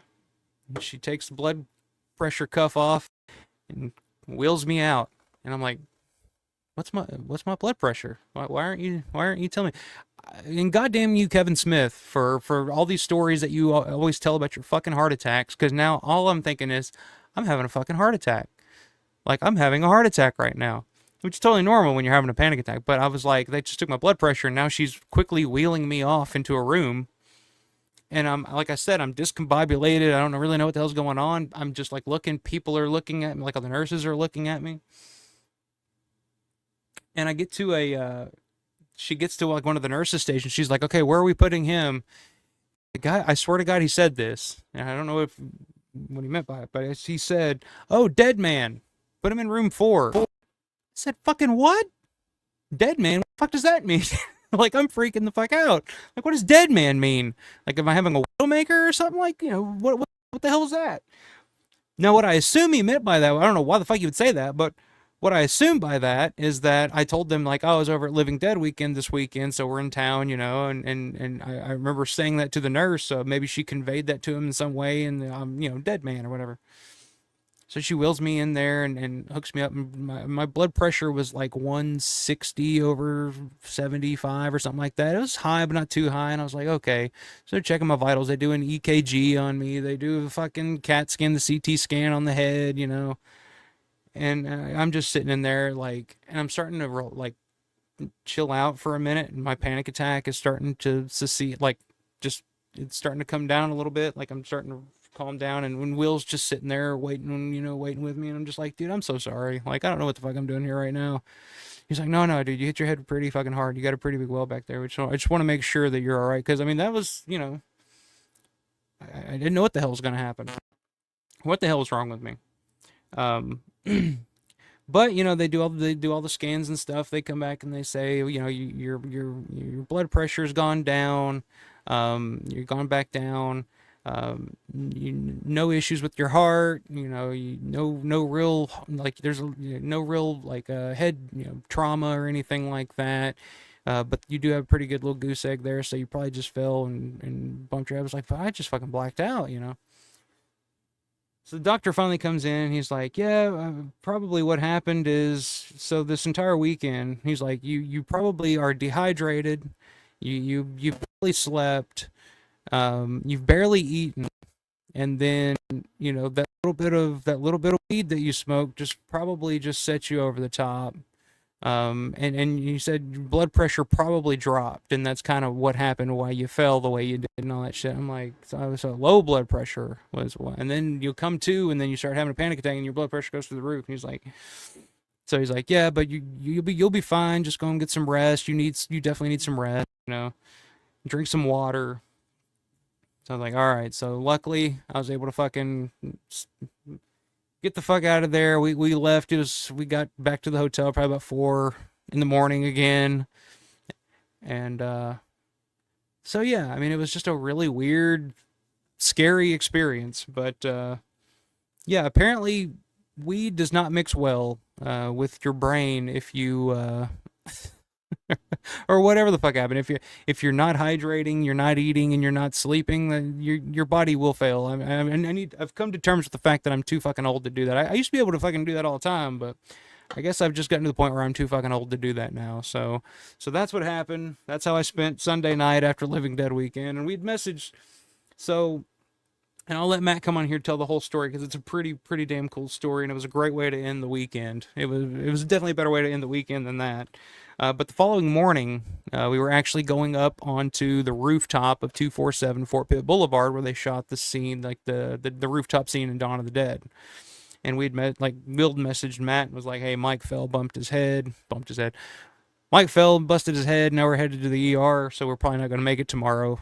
Um, but by the time I got out of there, it was like 4 in the morning, but we were going to meet Matt there at 9 a.m. Monday morning. I was like, "Dude, we're going."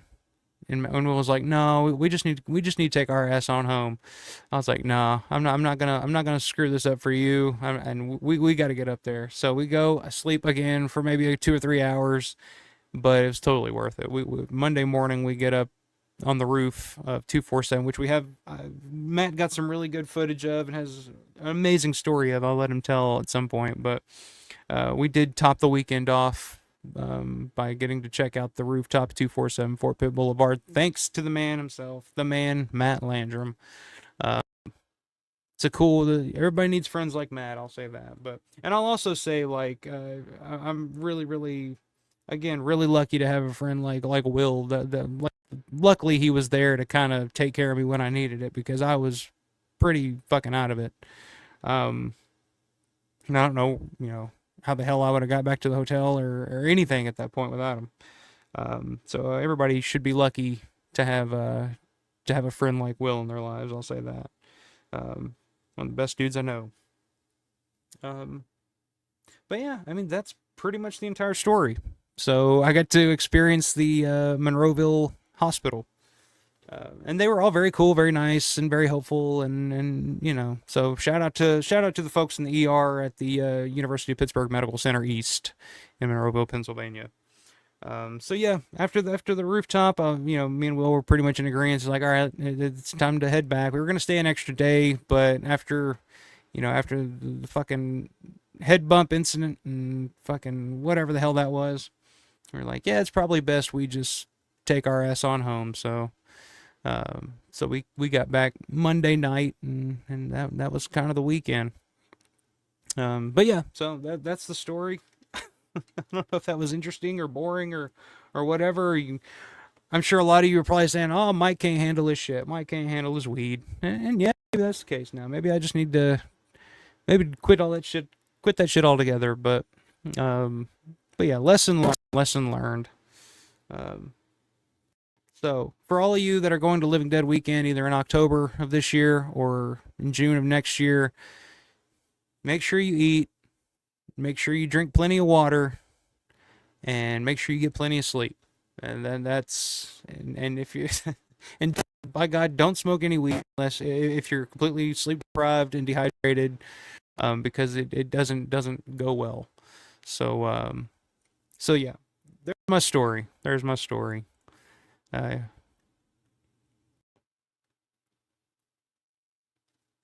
All right, let me see the comments. How many people tell me I'm a bitch and can't handle my shit anymore? Let's see. Where were we? I think we're up here with William. Thinking about other horror directors, they hit, but George's movies stick with you, and I still, at 42, have dreams about Dawn. First viewing, I was 11. I was probably about the same age, man. Yeah.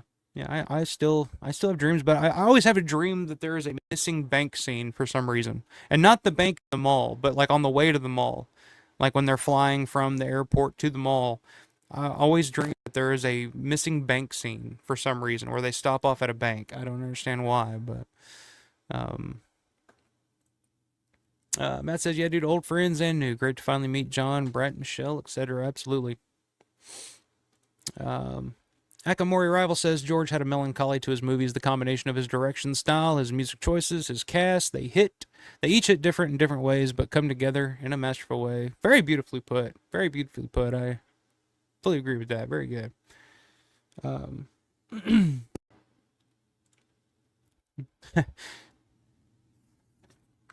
got fans of the of Everly's Zombies there, the zombie shopping, as she say.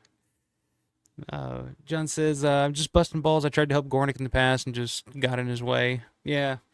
Yeah, Larry was like, you'll figure out pretty quickly, like when it comes to vendors, like they have very specific ways of the way that they load things in and all that. I'm like, yeah, I totally get it. Like when I was in a band, like we had to fit all of our shit into a Ford Explorer, and there was like one specific way that everything had to go for everything to fit in perfectly.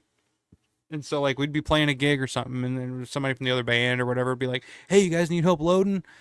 And be like, "Thanks, man," but I'm sure we came up as dicks or something. We were always, always just like, "Thanks, but we got it," But it's just because we knew the way we had to have it in there for the shit to fit. And once you saw Larry's fucking Prius packed full of all of the shit that he had at his table over the weekend, it was pretty impressive. I was like, dude, I didn't think there was any fucking way in the world you were going to be able to get all that shit in there, but he sure as hell he did. Um, yeah, there it is, Erie Guts, and then a joint appears. Yes, sir.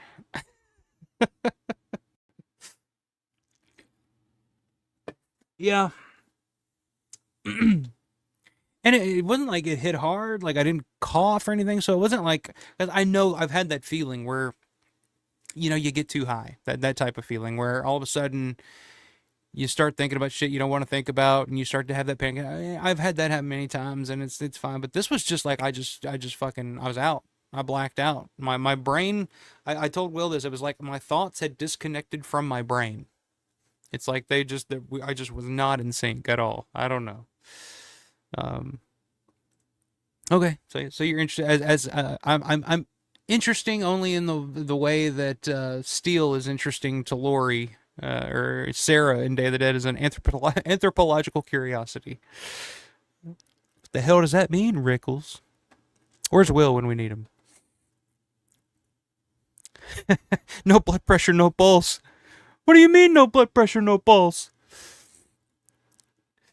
Mary says, "Man, I feel for you. I have panic attacks at least once a month. They're the worst. Yeah, this is probably the worst like panic attack I ever had. And like I said, it's like mostly because I think it was just mostly because I fell, blacked out, couldn't remember what the hell happened, and the fact that I was just kind of scrambled, like I was freaking out. I didn't know what was wrong. Like why? Like I've never just fallen before. You know what I mean? Like I never just you know fell out. Um, care how high or anything I've ever been, or drunk. I've never even like fallen drunk. That's not true. I did fall one time when I was drunk, but that was just me being stupid. But like just I don't know. I don't know what the fuck happened. But yeah, the panic attack was pretty damn bad. Um,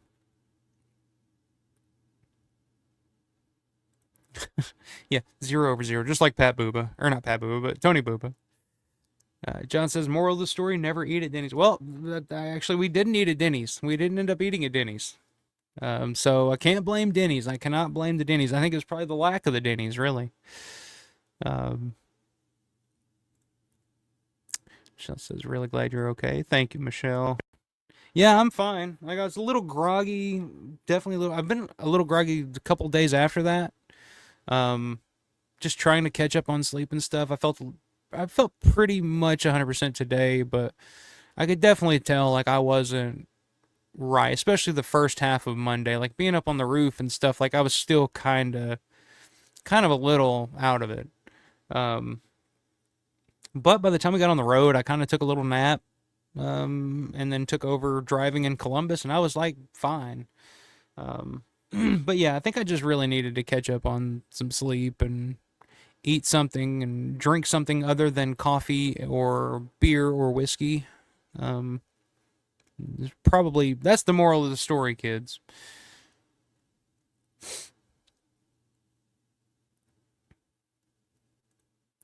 Yes, he is. Matt Landrum is the man. Matt is the man. Harp said, "Thank God you're still with us." Dude, I'm not even joking. Like for a minute there, like I was concerned. I was like, "Is this like?" Because when you're going through a moment like that, and one of the guys that was there, I can't remember his name. He's one of the vendors. One of the guys was there was like, "Oh, it's trauma bonding." Because I mean, it was me fucked up, like completely just like at the mercy of whoever But, Larry and Daz and Dave King and Larry's wife, especially Margaret, was so like, she was just like, here, she went in and got ice from somebody from the Red Robin, was just like, here, put this on your head, and Daz was super concerned and caring. Synth, Will, like everybody was there, just super, super cool. But there is that thing in your head when you're in a moment like that where you're thinking like, is this it?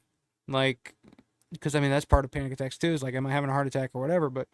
Um, but I was just like thinking, I was like, is this it? Am I about to fucking die in the parking lot of the Monroeville Mall on the last day of Living Dead weekend? And I felt so bad, like guilty too. Like I was battling guilt because I was like, I've just ruined everybody. Because like I said, the dinner was so great, the weekend had gone great, like everybody had made money and had a great time, and I'm just like, this is the way that I'm gonna about to fucking die on these people here, and they're gonna have to explain why this fucking guy just died in the parking lot of Monroeville Mall. Like, that's all I could think of, and I was just like struggling with guilt and embarrassment because I was like, why am I just falling out all over the place?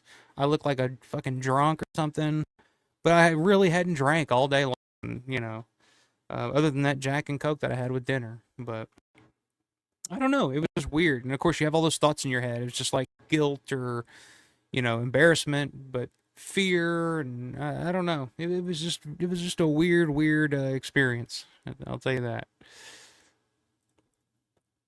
John says, that's interesting thinking about it. I've never, ever had a dream about anything Romero related. That's interesting. That is definitely, definitely rare. Usually, I don't have it often, but like I said, especially back in the day, I've had dreams where I had like the bank scene, or I've had dreams where I'm on the stairwell. Like when I was younger, like that was I would literally have a dream where I'm sitting at the top of the stairwell, just sitting there looking down, like Fran.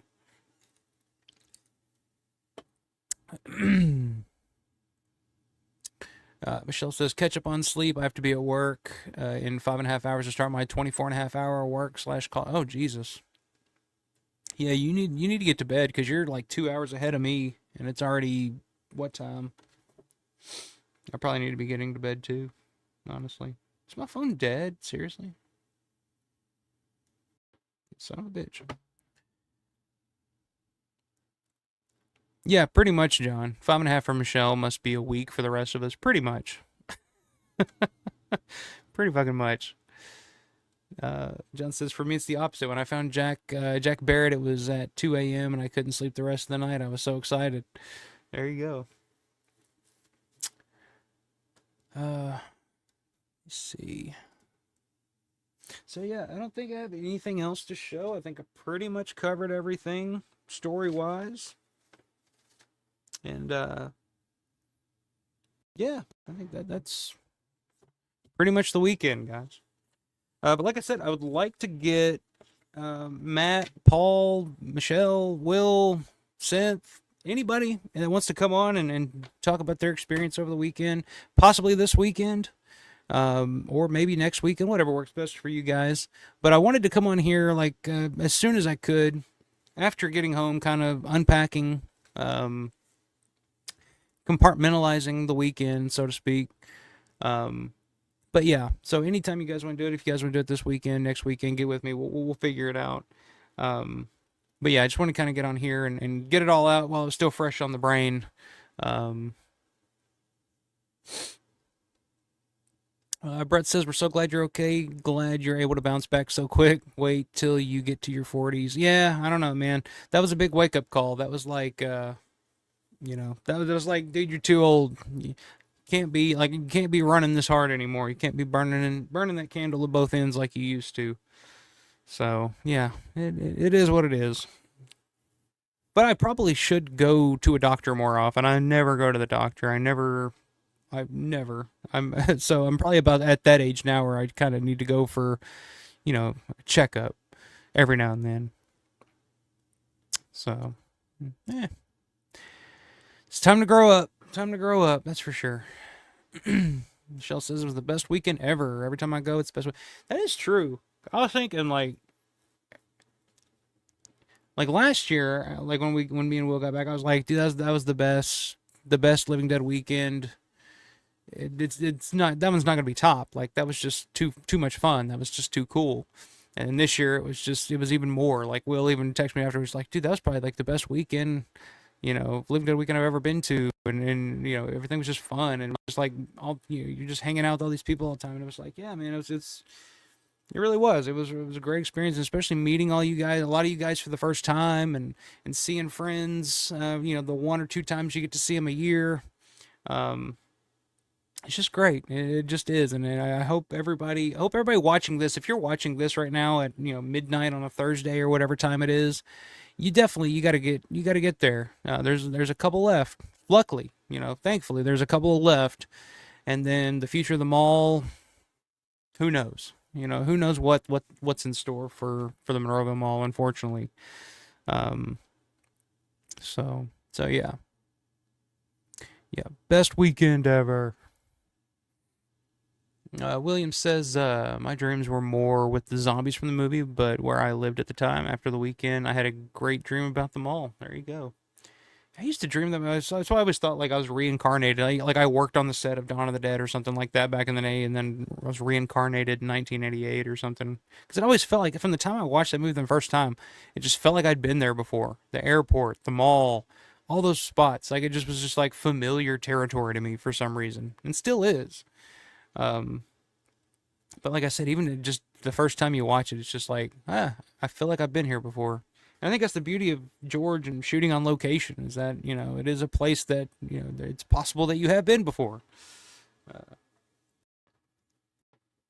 Much more so than just like a studio or a stage or something like that.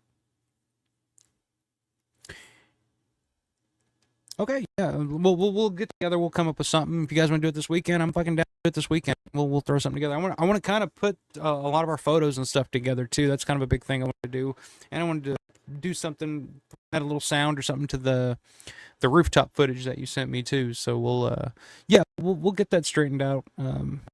Maybe try to do something Saturday, possibly if that works for you guys. Just let me know. Shell says this weekend is good. I don't know what my schedule is next weekend because I haven't been in work mode all week. Okay, well we'll shoot. We'll try to shoot for this weekend. Like I said, we'll figure it out. No kidding. I can't do shit like I used to. Yeah, I can't either, man. I can't either. Okay, so it's 2 a.m. out there. You're a trooper. You're a real trooper. I appreciate it. Thank you, Bonnie. Glad you're okay. So scary. Yeah, it really was. It was. But I'm good. I'm here. I survived. I need a T-shirt that says "I survived Living Dead Weekend 2025." But like I said, lessons learned, and that's all I can do. But no, I'm still here. I'm still here. Still kicking. Still full of piss and vinegar. Ed says, well, good night, everyone. Glad you all survived. Fingers crossed that I get to join the gang next time or next June. Absolutely, man. You got to get there. You got to do it. You got to do it. Looking forward to it. But yeah, appreciate all you guys. Thanks for joining me on this Thursday night. Luckily, tomorrow's Friday. Happy Friday the 13th to all of you. So tomorrow night, or I guess tonight, technically, let's celebrate by watching the best Friday the 13th, Part 5. That's probably what I'll probably do. I don't know. Maybe I need to go back and rewatch because it's been a long time since I've watched a lot of those Friday the 13th movies. So maybe I'll try something different. But yeah, let's celebrate Friday the 13th. Happy Friday the 13th. Happy Father's Day to all the fathers if we don't see you before then. But I think we're gonna try to do something Saturday. But yeah, check out shop.alpharomero.store. All the designs up there. I'm gonna try to do some new ones here coming up. I have some ideas, so I'm gonna work on those. Get those up there. So check it out. Shop.alpharomero.store. Like this video. Give me the big thumbs up. Hit that subscribe button if you are new to the channel, seeing this for the first time. Be a big help. I'd really appreciate it. And yeah, I think that's about all. Let me hit these last few comments. John Vulo, always a pleasure, man. Always a pleasure. Mayor, good to see you. You got to get you to Living Dead Weekend soon, man. That's you got to do it. Got to do it.